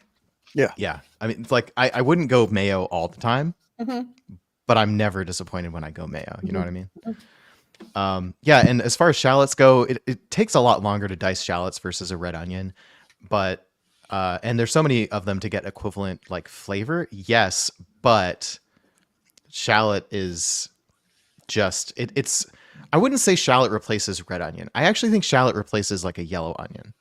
See, here's my yellow onion hack because I'm single and live alone, but I also like to cook sometimes. And I got really sick and tired of throwing onions away because I would buy a couple like sweet onions or yellow onions, and then under the assumption that I'll probably cook something that needs onions, and then inevitably they would go to seed, and then I would be sad and throw them away. So about it was pre-pandemic, so it would have been 6 years ago. I started buying 50-pound bags of yellow onions from the grocery or from the restaurant supply grocery store down the street from my house. And then it takes me a whole weekend, but I French cut them all and then put them in my giant 4-gallon pots, and I caramelize them all the way down because you can't freeze or white and yellow onions, any kind of onions don't freeze very well, but if you caramelize them, they freeze really well. So I caramelize them and render them all the way down, and then I have a small cookie dough scoopy, and I put some parchment paper out on my cookie sheet, and I scoopy them in cookie size mounds, and then freeze those individually, and then put them into a Ziploc bag. So if I'm making a soup, if I'm making scrambled eggs, if I'm making something that needs onions, I get just like 2 of those little cubes and chuck it in there, and then I don't have to buy onions the rest of the year, and I'm set for all onion type projects. But you have to dedicate yourself to having your house smell like onions for about a week. Fair. Yeah, we buy those giant bags of onions from Costco, and then we make a giant batch of French onion soup. Oh yeah. So usually we'll use that as an excuse to go out and buy a bone marrow. By the way, bone marrow, first of all, delicious, and what's left over makes a fantastic French onion soup. And while you're at it, put some brandy in there. Oh yeah, I had my first bone marrow luge in Denver for ACSA in February. Oh man, 12 out of 10, no notes. 10 I was immediately after I finished the first one, I was like, I would like another one, please. Let's see. Let's just stay on the food. I mean, people are here for the food hacks. So let's just lean into it. So milk or even water in your scrambled eggs is a huge lift. Completely agree. Now here's the thing. My mom always put milk in scrambled eggs. I didn't know there was another way to make them until I was well into adulthood and I got lazy. And it's so much better with milk. Yep. And also, interesting note: most pork floss brands are sugared to some degree anyway, salted too, I think. So, like, really, when you're putting pork floss on something, yeah, it's just, yeah, totally. All the Korean barbecue sauces and all that kind of thing, just like tons of sugar to go with the pork. It really, really works. Barbecue sauce with your ribs, yeah. And Bellish Pod knows what I'm talking about. Yeah, it's just here's the thing. Humans were not meant to consume fats and sugars and carbs all at once. Any one of those things is delicious food. You put them together and you just break human psychology.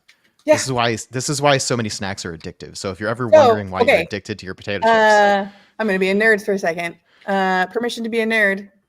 Go for it. Excellent. So the reason that American snacks are lethal in comparison to pretty much granted, the other countries are catching up to us, but by and large, for the last handful of decades, our snacks have been superior in every way. And I don't feel bad about saying that because it's scientifically true. Here's the deal. Food scientists originated as like government researchers in trying to figure out how to make shelf-stable food for the military because armies march on their bellies, right? And so they had the first iterations of the MREs were so terrible that even starving soldiers weren't going to eat them. And so the government paid scientists that weren't food scientists to figure out like the science of flavor and develop an MRE that was shelf stable but also tasted good. And so those were like essentially the beginnings of food scientists. And then all those people learned so much from their research. They did the thing for the government, and the government was like, hey, you did a great job. High five, thanks.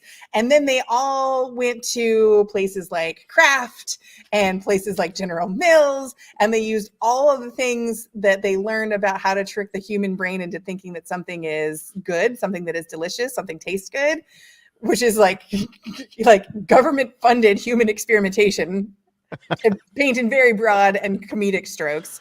And then they applied that to all of the snack foods. And so you see this significant change in the like crushability and the addiction to our snack foods that has proliferated in the decades since.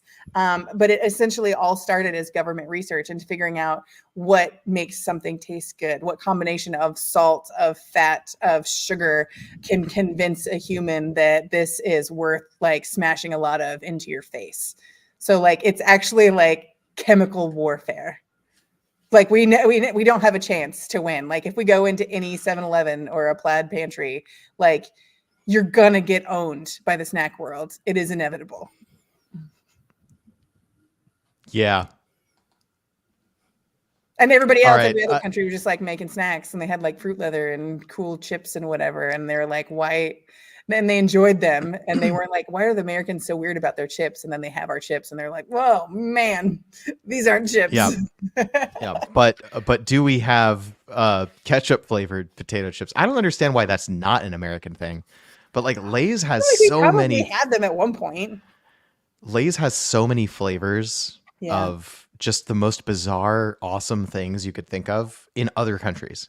They've got shrimp chips flavored potato chips. They've got which is surprisingly good. Well, yeah, but Americans are only willing to tolerate so many flavors. And like everything purple here is grape flavored, right? Everything purple in Europe is black currant flavored, like including Skittles. So like the flavor of purple in Europe is currants, not grapes. And that makes so much more sense, my personal opinion. Yeah. Well, currants were illegal in the United States until very recently. So that's why they're not. Which is why nobody in the United States understands Scotch tasting notes. Yeah. What the hell is a black currant? Yeah. Would love to know. I had to go out and find some blackcurrant candies to figure it out because I couldn't find anything else. To bring us back to Brandy and maybe potentially an endpoint. Not that I'm encouraging. I mean, I'm here for the long haul. But Clear Creek makes a wonderful blackcurrant liqueur. It's called cassis liqueur because creme de cassis is what you would call a blackcurrant fruit liqueur in Europe. So if you're interested in finding something that tastes like blackcurrant, might I draw your attention to our cassis liqueur because it is made from beautiful Pacific Northwest blackcurrants that we get from West Union Gardens. Nice. It is Yeah, actually let's really get. good. It's great in a Key Royale. Put in a little bit of champagne.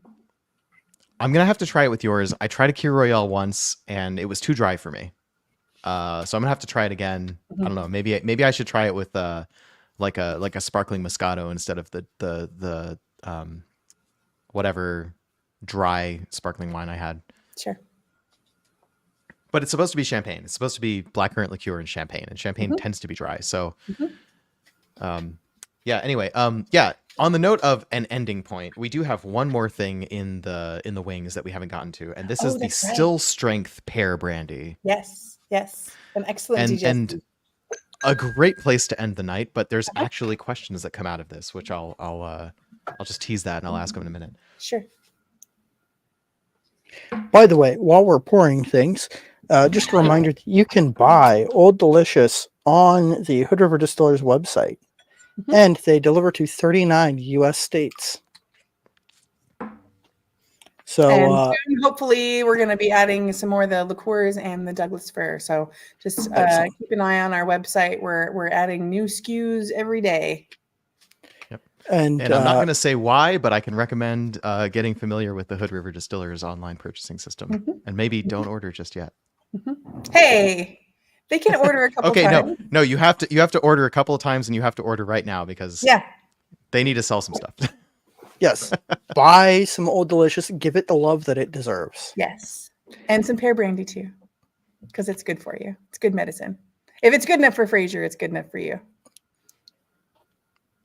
Damn, I love it. And since I live in Seattle, he does bring. I mean, he calls it Pour Williams whenever he pours one. But as a consumer of old television, it was a great thrill to be working at Clear Creek and to be watching an old episode of Frasier and have him be like, "Oh, Niles, would you like a pour of Pour Williams?" I was like, "I make that. That's stuff that I make." It wasn't Clear Creek stuff. Like it wasn't a Clear Creek bottle on the show, but I knew what it was. Yeah. Why did I get into sherry? Because of Frasier. Sherry Niles. And now I always wonder what type of now that I'm kind of a sherry nerd in whatever small way that I am. I always wonder what kind of sherry they were drinking, and I sometimes eye the color and go like, was that an Oloroso? Was that a? I mean, the answer is it was like, I don't know. It was a very light color. I always assumed it was like maybe a Manzanilla or something like that. But also, I don't particularly like a Manzanilla. So. And those guys always struck me as they would enjoy sweeter aperitifs. I mean, it could just be like a very young PX too, right? Like, like the 2-year PX that we aged the McCarthys in for the PX finish. It's very dark, but I've tried some like unaged PX sherry, and it's bright, fruity, and floral, but it is about that shade. So it could just be an unaged PX. All right. So while we all this is dangerous. Yeah, it's dangerous. Yes, it's at like 138.5 proof, I think. The bottle says 138. Yeah, 69% and 138 proof. So nice.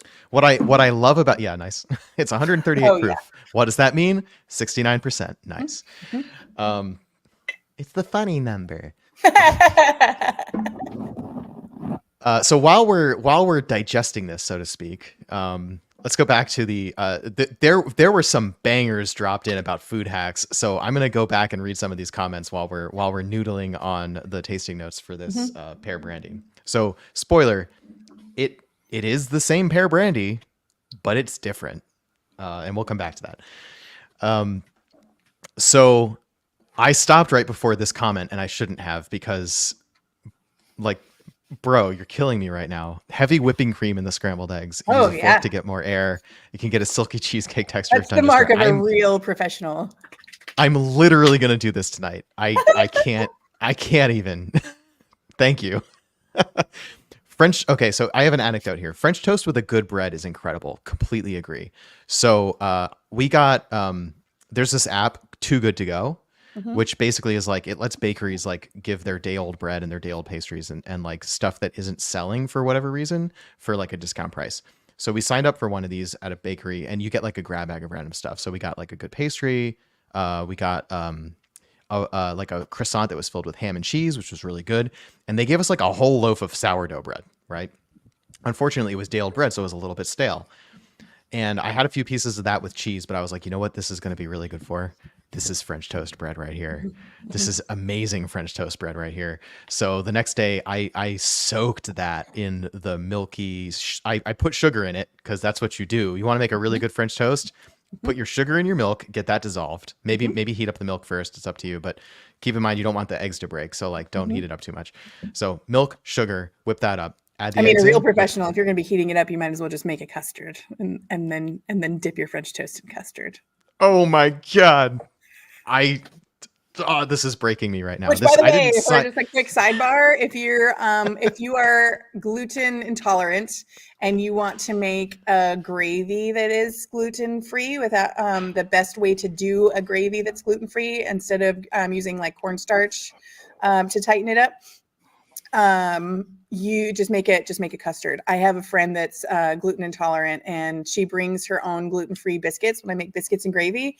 And so when I make her sausage gravy, I essentially make a sausage gravy custard, and it totally works. And then there's no flour in it. So like, don't be afraid to make custard out of things, even if it's That's sausage amazing. gravy. I need to get better at making custard. I feel like that's there's like, what are the, this is going to be a rabbit hole we don't need to go to, but there's like a list of like the fundamental sauces that you need to make as a chef.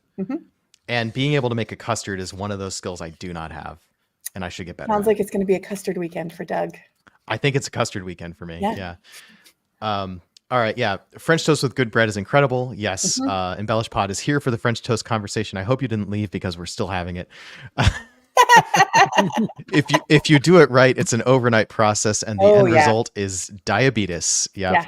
Because you essentially want to create a custard middle on the inside of that French toast. Like, so if you properly dry out the bread and then you put it and leave it in to soak overnight, and then when you get that really nice browned kind of sear on the outside of your French toast, the inside of a perfect slice of French toast is essentially bread custard, bread pudding. And you can't get that unless you do an overnight soak. Noted. I've never done it. It's time. It's time. I love when we've really sparked some serious like intrigue and interest in you, because you like you just freeze for a second and your eyes get really big while you're like I can see you soaking in the information and then immediately like creating in your brain like, what is this gonna be? I like it. Hear me out. A little bit of brandy in with your French toast batter. Yeah, absolutely. Like, doesn't have to be like old brandy, but like I'm imagining French toast made with something like this. I mean, Or let's be real. Everybody loves eggnog, and at least, and if you don't love eggnog, it's because you haven't had a properly made eggnog. Eggnog is essentially a loose custard. So eggnog is already essentially what you need to soak French toast in, and a good eggnog is made with brandy. So put some brandy in your French toast goo, and you essentially have eggnog French toast, which is never a bad idea.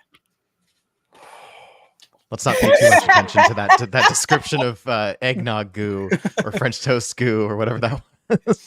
I'm just imagining French toast prepared with, I want to say, either the Old Delicious or the 2-year brandy. Yep. It would be dangerous. Oh no, it would be super dangerous, but it would be super good. All right. So here's a comment that gave me pause earlier, completely distracted me from whatever conversation Show me your hands. we were having. Yeah, they're still hands. Oh no, they're not paused yet.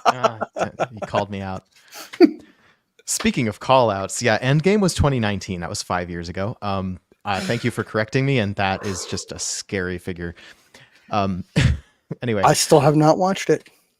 so this comment that gave me pause. All right, I'm not going to give you any spoilers. I don't think I did, aside from quoting one part. So you've heard of chicken fried steak. Now French Sure. toast with you've heard of chicken and waffles. Now a French toast with chicken fried steak. Yeah, I'm all for it. That's I'm Sunday 100% brunch. in agreement with Ron Swanson. There is no better food than breakfast food. In fact, the single greatest wedding that I have ever been to, especially in regards to the wedding food, was my friend Colby and Emily. I know they're not watching, but you guys are the best.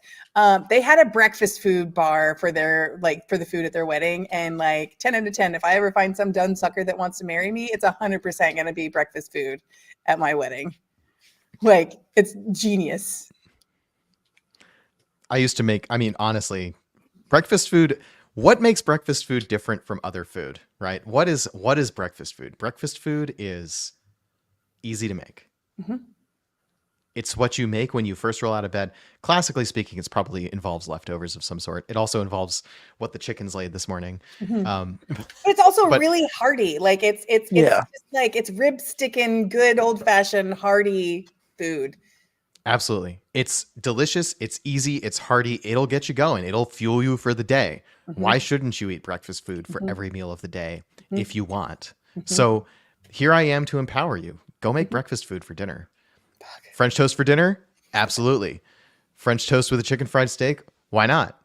Yeah. We've got funnel cake French toast at Adele's in Nashville. That sounds amazing. That's definitely, it feels like breakfast, but it could also be dessert. Yeah. All right, here's a little bit of nerdy to go with our nerdy. Freezing caramelized onions. This is from Embellish Podcast. Diced onions freeze and ice crystals break the structure of the onion. Mm-hmm. So caramelized onions are already broke that way in a good way. Mm-hmm. Yep. Yeah, I guess I've never checked to see if anybody's doing IQF diced onions, because the crystal causing cell damage has to do with the speed that you freeze. So if you're which is why when you home freeze berries, usually then when you thaw them, they just turn into a pile of goo.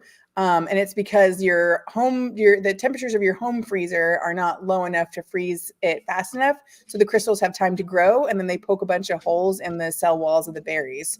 But when you get IQF berries, when they thaw, there's a little bit of damage, but not a whole lot. They still kind of hold up.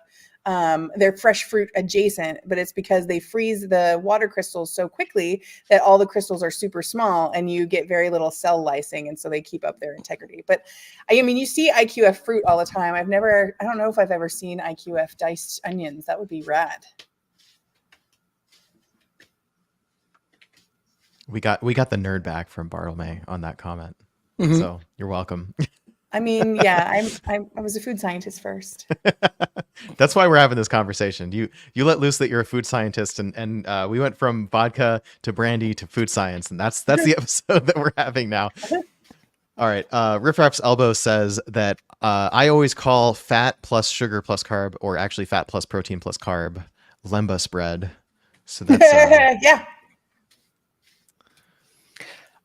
That's a Lord of the Rings reference, in case you don't know. Honestly, I have friends that refer to my shortbread as lemba spread because it's just sugar, butter, and flour. Yeah, and a Salt Bay amount of salt if you're good. And if you're making it like I do, typically whiskey. Nice. Okay, so here's the deal. I didn't realize you were a shortbread cook. My mom is a legend, and she makes many great things, but her shortbread cookies are undeniably the best. I would love to trade shortbread cookies with you, Phil. Okay, I can make that happen. Cool. We'll pick a time, and we'll both make a batch of cookies and send them across the country to each other. That would be a great deal of fun. Where do I sign up? The next batch of shortbread that I'm making is going to be made with this stuff. You're a dangerous man, Phil. I do my best to be as bad an influence as I can. Bless you. So, Phil, how many bottles of that did you buy? Because I bought 3. I bought 2 because this is a funny story. I had a sample of it that was labeled Old Ass Apple Brandy that was given to me by Joe. Sure. Right after they rediscovered the barrels. Mhm. Right after they were rediscovered. So that would have meant they were about 12-ish years old. Mhm. I had a friend over and they were like, I don't know, I'm not a whiskey drinker. Give me something weird and interesting. And it was the weirdest and most interesting thing that I had. So I poured them just a little bit of it. And they took the sample home with them, like everything that I had left of it, and told me that when it hit the market, I had to let them know or buy them a bottle. Mhm. So I bought them a bottle for their birthday. And I have been told that it is extremely dangerous and that they've had to put it on a high shelf, so they have to get out a ladder to get it down. Yep, that's fair. That's why fair. the top shelf exists. It's not to keep things safe, it's to keep you safe from them. Mhm. Mhm. Mhm. All right, there was an actual on topic question that I accidentally skipped over earlier. Bourbon Lens asks, when distilling wine, do you distill wine that is ready to drink? Yep. It is wine that was made to be wine. Awesome. Which side note, which I want to keep bringing up because it's super cool. You've got the Eagle Creek Fire brandy, which I have a sample of. How's Yeah. that coming along? You have all the secrets. You have all the secrets. I would certainly love to see that to be a one-off special release someday. Someday soon would be great, but someday. For those of you that don't know, we're located here in Hood River, which is in the middle of the beautiful Columbia River Gorge. And I believe that would have been, well, no, I was moving. So that would have been 2017. The Hood River Gorge, or the Columbia River Gorge, caught on fire, specifically on the Eagle Creek Trail. And it burned for like close to 8 weeks. I think it was almost 2 months. It was really scary. It was really bad. I-84 major freeway runs through the gorge. It was completely closed for that entire time, which makes really, really hard for all the small businesses here in Hood River, because so much of the community is supported by tourism. And so to have our main artery closed for that long was really tough. But because of the length of that fire and the amount of wine grapes we have in the region, there was a bunch of smoked wines that were smoke tainted from that fire. And we were approached by a local winery that had a couple, like, I think it was like 1,500 gallons of Pinot Noir that had been pretty heavily smoked from the Eagle Creek fires. I mean, there was time, weeks of time here in Hood River where the visibility was less than 150 feet for the amount of smoke that we were in the middle of. Joseph had like forest fire ash dropping on his house. It was crazy. And probably the scar will probably be visible for the rest of my life. It's regrowing, but it's great. So anyways, we were like, I don't know, maybe it'll distill and be something cool, or maybe we'll just learn a lesson. So we bought it off of him and we distilled it. And like I said earlier, a lot of the phenolic compounds in a distillate will actually come out towards the tails cut. And so there was definitely some smokiness that was coming through in the tails cut, but it wasn't like tire fire overwhelming. It was like nice kind of smokiness. And as that brandy has been aging in those French oak barrels over time, there is no readily discernible smokiness or smoke character to the aroma or to the flavor of that brandy. However, there is an incredible just like depth of flavor within that spirit now. So I like to describe it. I think we've hopefully all seen like what gravity mapping looks like. So when you look at a map of the solar system and you're trying to explain how heavy or how dense the sun is versus the earth versus Saturn or whatever, and you see like a grid of squares, and then it's distended or distorted to represent the mass of each one of these items. So I like to envision that when I'm talking about the depth of flavor. Like when you talk about the pear brandy, like it's beautiful and it has a lot of good things going for it, but it's also pears, right? So you're not like digging for more stuff in the pear brandy. It tastes like a beautifully, perfectly ripe Bartlett pear, and it's great for it. But with the wine brandy, there's all of these different nuances and everything. And so that addition of those smoky phenolics over time in that barrel, it's like regular grape brandy and then the Eagle Creek Revival. Like it is a noticeable like order of magnitude descent into depth of character for that spirit. So there's only 2 barrels of it. But yeah, I would love to see that as a special release. I don't think we got it into barrel until 2018. So it's probably rounding the corner here on 6 years old, but it's very good. Can attest, it's very good. It's so interesting. It's a different. I would buy a bottle, at least one. Mm-hmm. I think it's fair to say that we buy a bottle of everything Clear Creek makes, at least one. Which we appreciate a great deal. We only get to continue doing what we do and talking about the beautiful history of not only Clear Creek as a brand, including Steve McCarthy, of all the wonderful people that have kind of, walked through these halls and have, turned the knobs and on those stills, but also like, the hundreds of years of human history that have led us to continue to make these beautiful products. It's all because you guys continue to celebrate us and to buy our bottles. So an absolute huge thanks, one, for having me on your podcast for a second time. I always love coming on and talking to you guys. But 2, for continuing to be supporters. And for any of you that are still watching as we round the corner on 3 hours, if what we've talked about has encouraged you to not be scared of brandy, or has encouraged you to maybe go to our website or go to a local liquor store and buy a bottle of pear brandy, absolutely, this from the bottom of my heart and from the bottom of Garrett Trotter and Everett Rubin's heart, thank you so much for continuing to support the legacy of Clear Creek Distillery and, 3 hours and mark. the farmers that we represent. Sorry, just had to throw that in there. Yeah. These businesses cannot continue without our support. As much as we like to joke about well-kept secrets and things that we cherish and keep to ourselves, such as Old Delicious, if you don't tell your friends, if you don't share your love, they don't get to have the long legacy that they deserve to have. Yeah, please don't keep us a secret. I promise we've got enough ammunition. We've got enough time. We've got enough spirit. We've got enough gung ho and blood, sweat, and tears that we can make as much brandy as you guys can possibly tell your friends about. Clear Creek is not going to run out anytime soon. All right. There are so many good comments, but in the interest of actually wrapping up this podcast at some point, I'm going to have to skip most of them. So all I can say is thank you all for your interest and your engagement on this show. It's really been a lot of fun.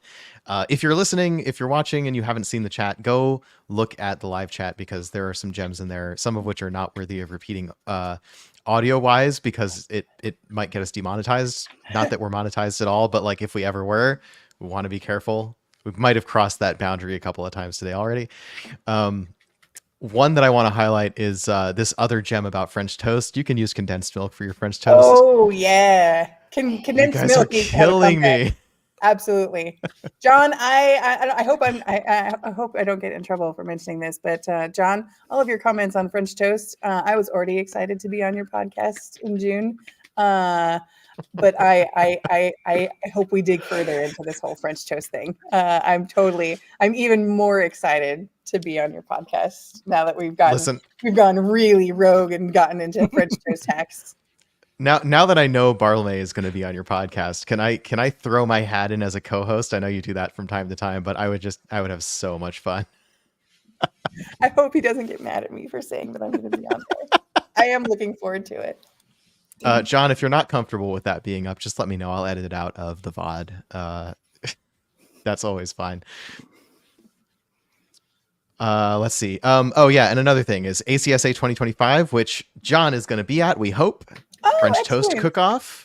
Oh, French toast. You know what? To be honest, like I feel like there's a rich vein of D&D that goes through all the nerdy distillers that attend ACSA.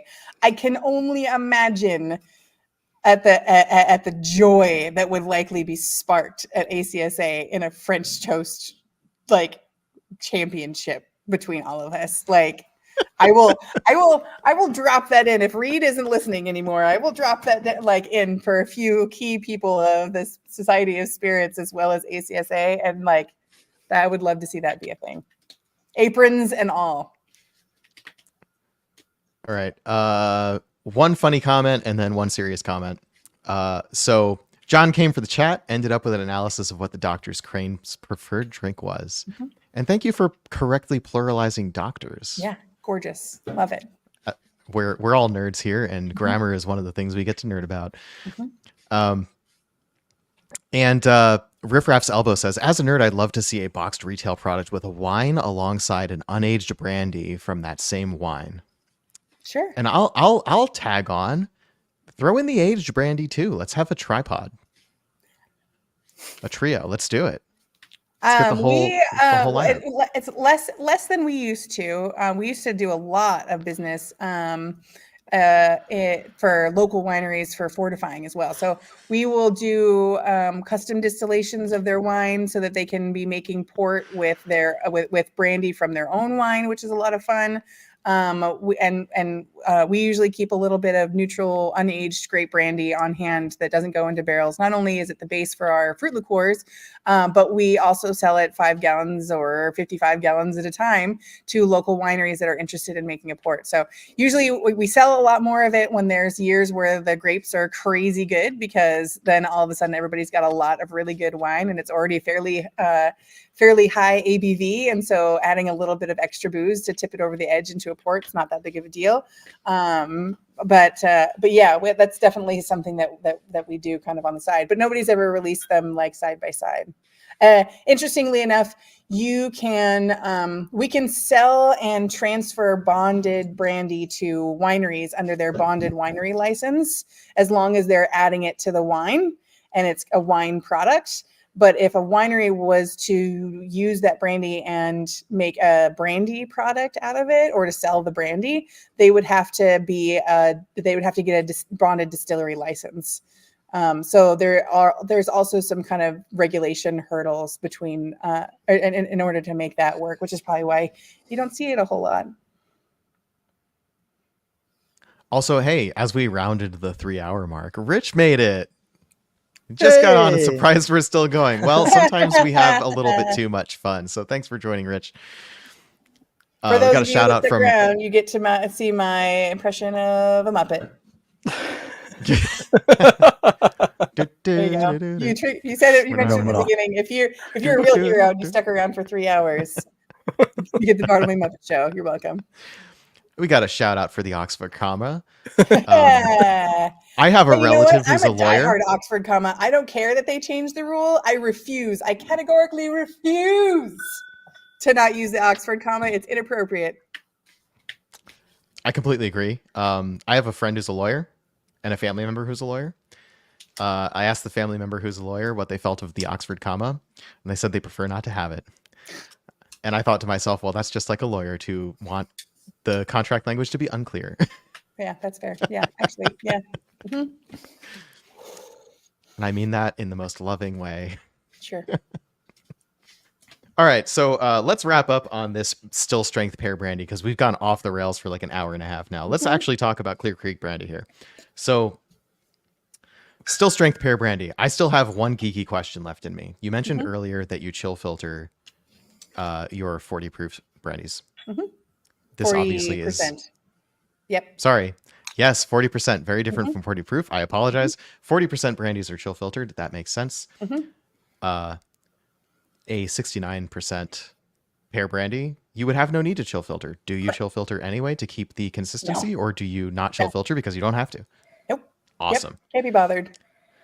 So what I'll say is there is a qualitative shift in the flavor profile here. I think it was like a year and a half ago, I put a review up of a side-by-side of the 40% and the 69% pear brandy, and basically said that if I remember correctly, because I didn't go read this review, I should have, because this was going to come up. The 40% felt like fresh pears, and the still strength feels like late fall caramelized pears and like extra like fall leaves, and just like there's a whole, this feels like everything about the season. right? Mhm. The 40% feels like everything about the pear, Mhm. and the still strength feels like everything around the pear. Mhm. It's just a hug of sense memories, and it's absolutely beautiful. And not to give people FOMO about this one, this was long sold out. I don't know if there's ever going to be Hey, you another know release what? like Do me a this. favor. I'd love to bring it back. So for those of you that are interested in the Still Strength Pear Brandy, like send us an email at info@hrdspirits.com. Tell us, hey, we'd love to see that Still Strength Pear Brandy. Spam the Instagram accounts. Do what you can. Do the Lord's work for me. If you guys want a Still Strength Pear Brandy, I will do everything I can, but it's gonna take your help. Come help me. You can have Still Strength Pear Brandy again. All right, you heard it here. We're gonna get in the comments. Yeah. All and right, Brennan Lee subscribe. Keep in Mulligan. comments. How many game changers or Brennan Lee Mulligan references have we dropped tonight? A fair Sure. number, I think. Yeah. It's been a few. It's clear that we're all in the same vein of YouTube. Yeah. And Oh, yeah. on that note, I will leave you all with the go look up the Backwoods Moonshine Sommelier clip, because that is amazing. All right, there's one last question we have to ask every guest that we have on topic. Caitlin Bartlemay, when you are not drinking your own brandies, what brandies do you reach for? Oh, brandies. Does it have to be brandies or just any other drink? I wasn't prepared for a brandy. Well, if you really don't have a brandy answer, I'll accept something Actually, else. don't. And here's the thing: I really, honestly, mostly drink at work, which means it's a lot of Clear Creek brandies. If I'm going to be persuaded to open something at home, it's going to be either a really super yummy apple cider, because I love me a hard apple cider. And there's some really great ones, and the category is getting better and better. And I'm also an absolute sucker for a barrel-aged stout. Shout out to my homies at Breakside Brews. They've won a bunch of awards for Are You Afraid of the Dark? And that is a barrel-aged stout that they aged in our X apple brandy casks. Ooh. So like 10 out of 10, that is a great Saturday night. But other people's brandies, like it's hard to get, but if you're in Wisconsin, Downdrans makes some really good brandies. Obviously, like a Laird's apple brandy, they're the oldest and largest for a reason. But yeah, if I'm gonna drink something at home, it's probably a barrel-aged porter or an apple cider. Awesome. I've got a bottle of St. George pear brandy at home as well. Like, no shame. I'm going through my floor brandy and my closet brandy in my head for like, what are the prominent bottles? What are the things that I will pour them for guests. So I call it, when people come over and visit, I call it taking the closet for a spin. Because as you can imagine, 14 years in the industry, I have amassed quite an esoteric collection of spirits. And there's some really cool old Clear Creek experiments in there, but there's a lot of other people's kind of cool releases over the years that are a lot of fun to share with people. All right, that reminds me. I'm going to ask you more about that. So that reminds me, Joe O'Sullivan has a collection of every McCarthy's year release that he was able to get as a personal collection. What gems do you have in your own personal collection? Well, I have every batch of McCarthy's that has released since I've been with the brand, including all of the special releases. So, like, the cognac finish we did for the my whiskey library, the Oloroso, the PX, the first every 6-year batch, but the first 6-year batch is a really fun one. That was one that Joseph and I released together. As I said earlier, the Trails End, I named Trails End. So I actually have the first ever release of the Trails End bourbon, which is a lot of fun. And so I've got every batch of Trails End that we've released as well, for good old. But I have had the pleasure to get to know the team at Stranahan's, and so I'm probably I imagine there's only a couple people in Oregon that actually have availed themselves to a snowflake, and I'm honored to have 3 snowflakes in my house. So those are pretty special and are in the I may or may not okay, here's the big confession time, because I'm assuming there's only probably just 3 of us, maybe one other person left. There's more than one closet in my house. So there's a closet that I know about, and then there's a closet that everybody else knows about, and then there's technically 2 other closets, but we won't go there. But in the special closet, those the snowflakes that I have, that's definitely things that I've been a part of. There's one of everything in there, but things like those snowflakes that were and Frontera from Del Bach, there's one of those in the special closet. So there are definitely things that are meaningful to me because they're great. I know the great people that have made them, and it's really great juice as well, and it's a part of my story within the spirits industry. And so those are things that I want to save for special occasions. And like I said, the reason I started collecting in the first place was because the bar is the most expensive part of a wedding a lot of times. And so I was like, hey, I'm a distiller.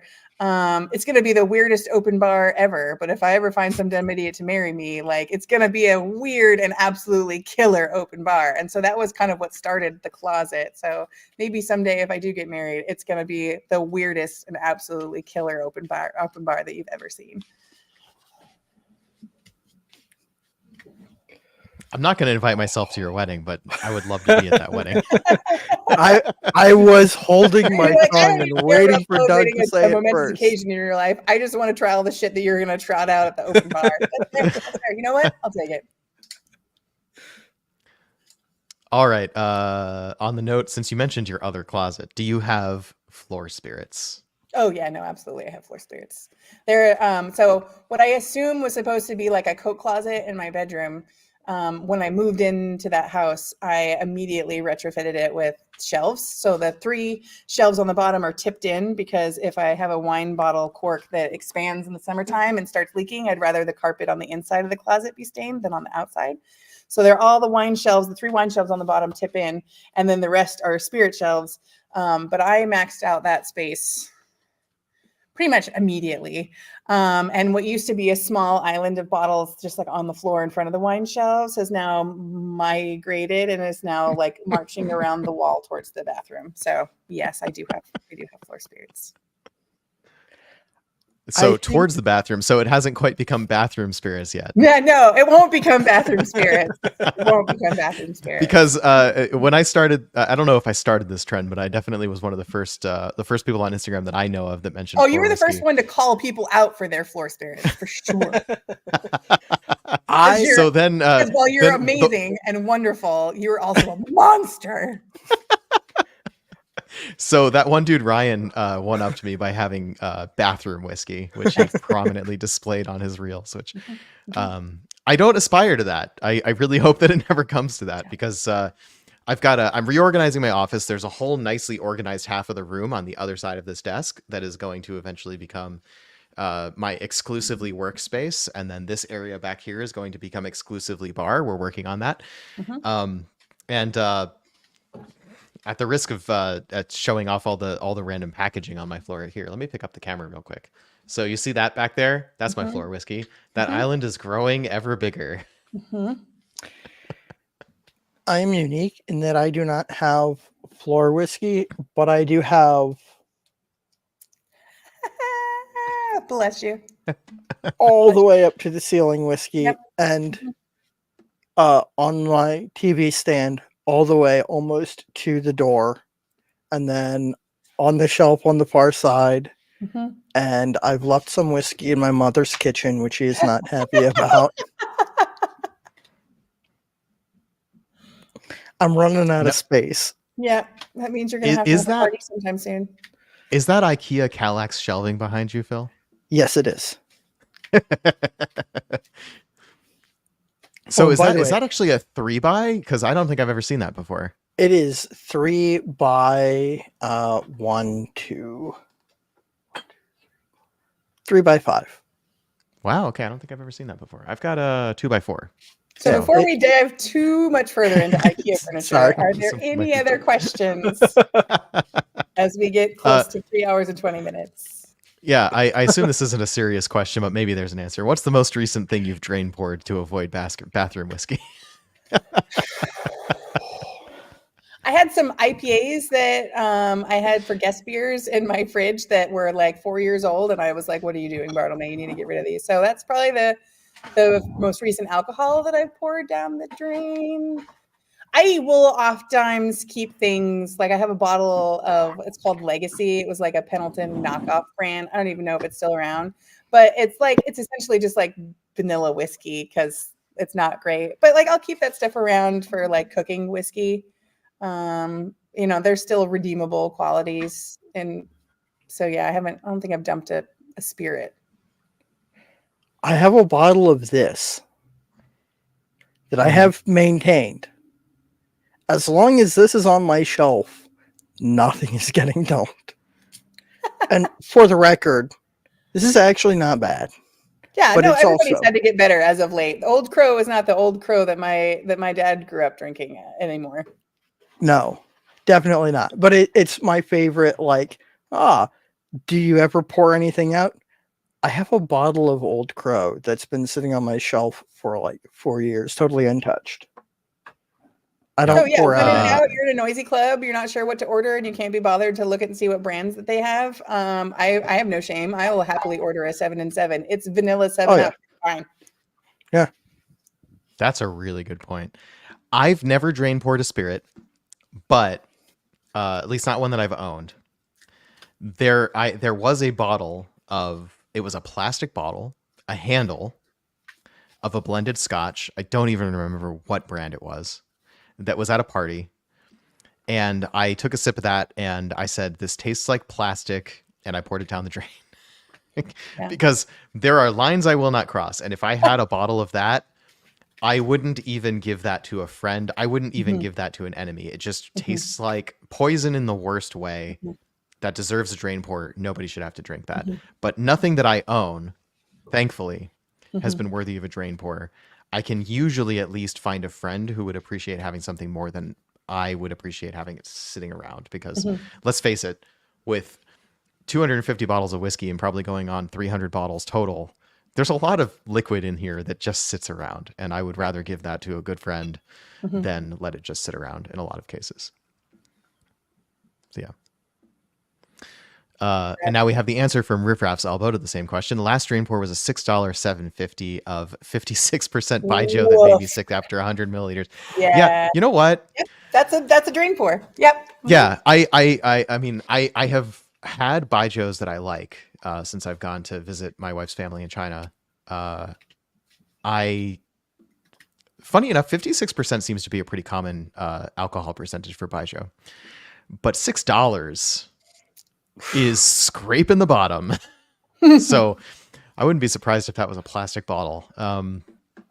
Red Star or like if you bought that domestically, there was whole families worth of additives in there in order to get to that price point. There was generational families of additives in order to avoid the taxes to get the price point down to $6 if it was a domestic purchase. Yep. Hey, I also like good Baijiu. Bottom shelf Ergotuo, not great. Yeah. It's literally named after the one step after it won't kill you. So yeah, Red Star Ergotuo, not good. We bought it to marinate shrimp. It is not worthy of marinating shrimp. I tried making cocktails with it. Nothing works. It clashes with everything, but good Baijiu, really good. My favorite has been M3 Plus, which is it's a fragrance style, I think is how it translates. And it's like tropical fruits and sesame paste and like fun flavors like that. It's actually really nice. But the bad Baijiu is really stomach turning. So I feel you there. All right. On that terrible disappointment, if there's no other questions, we are at almost 3.5 hours of Caitlin's time, and we greatly appreciate every minute of it. And at moments I forgot that we were actually doing a live stream, and that's really what we're in this for, right? To have a great time. So I'll invite everybody to raise a glass of their favorite pour of the evening, or whatever you have still in a glass. Yeah, that's me. So I'm going to go with what I still have in a glass, which happens to be my own rye barrel aged pear brandy, which I still have love. as well. And awesome. So, geez, what do we cheer to? What do we cheers to today? French toast. I just got to announce my promotion today. And promotions today. Yeah, you're totally right. Sadly, I've known about that long enough that it's worn off me a little bit, but you're completely right. That is the thing to toast 100%. So Caitlin Bartlemay, to master distiller of our favorite brand on the planet. Cheers. Oh, no, I'm gonna cry. Cheers. And until next time, we'll see you in the lodge. Sláinte. Good night.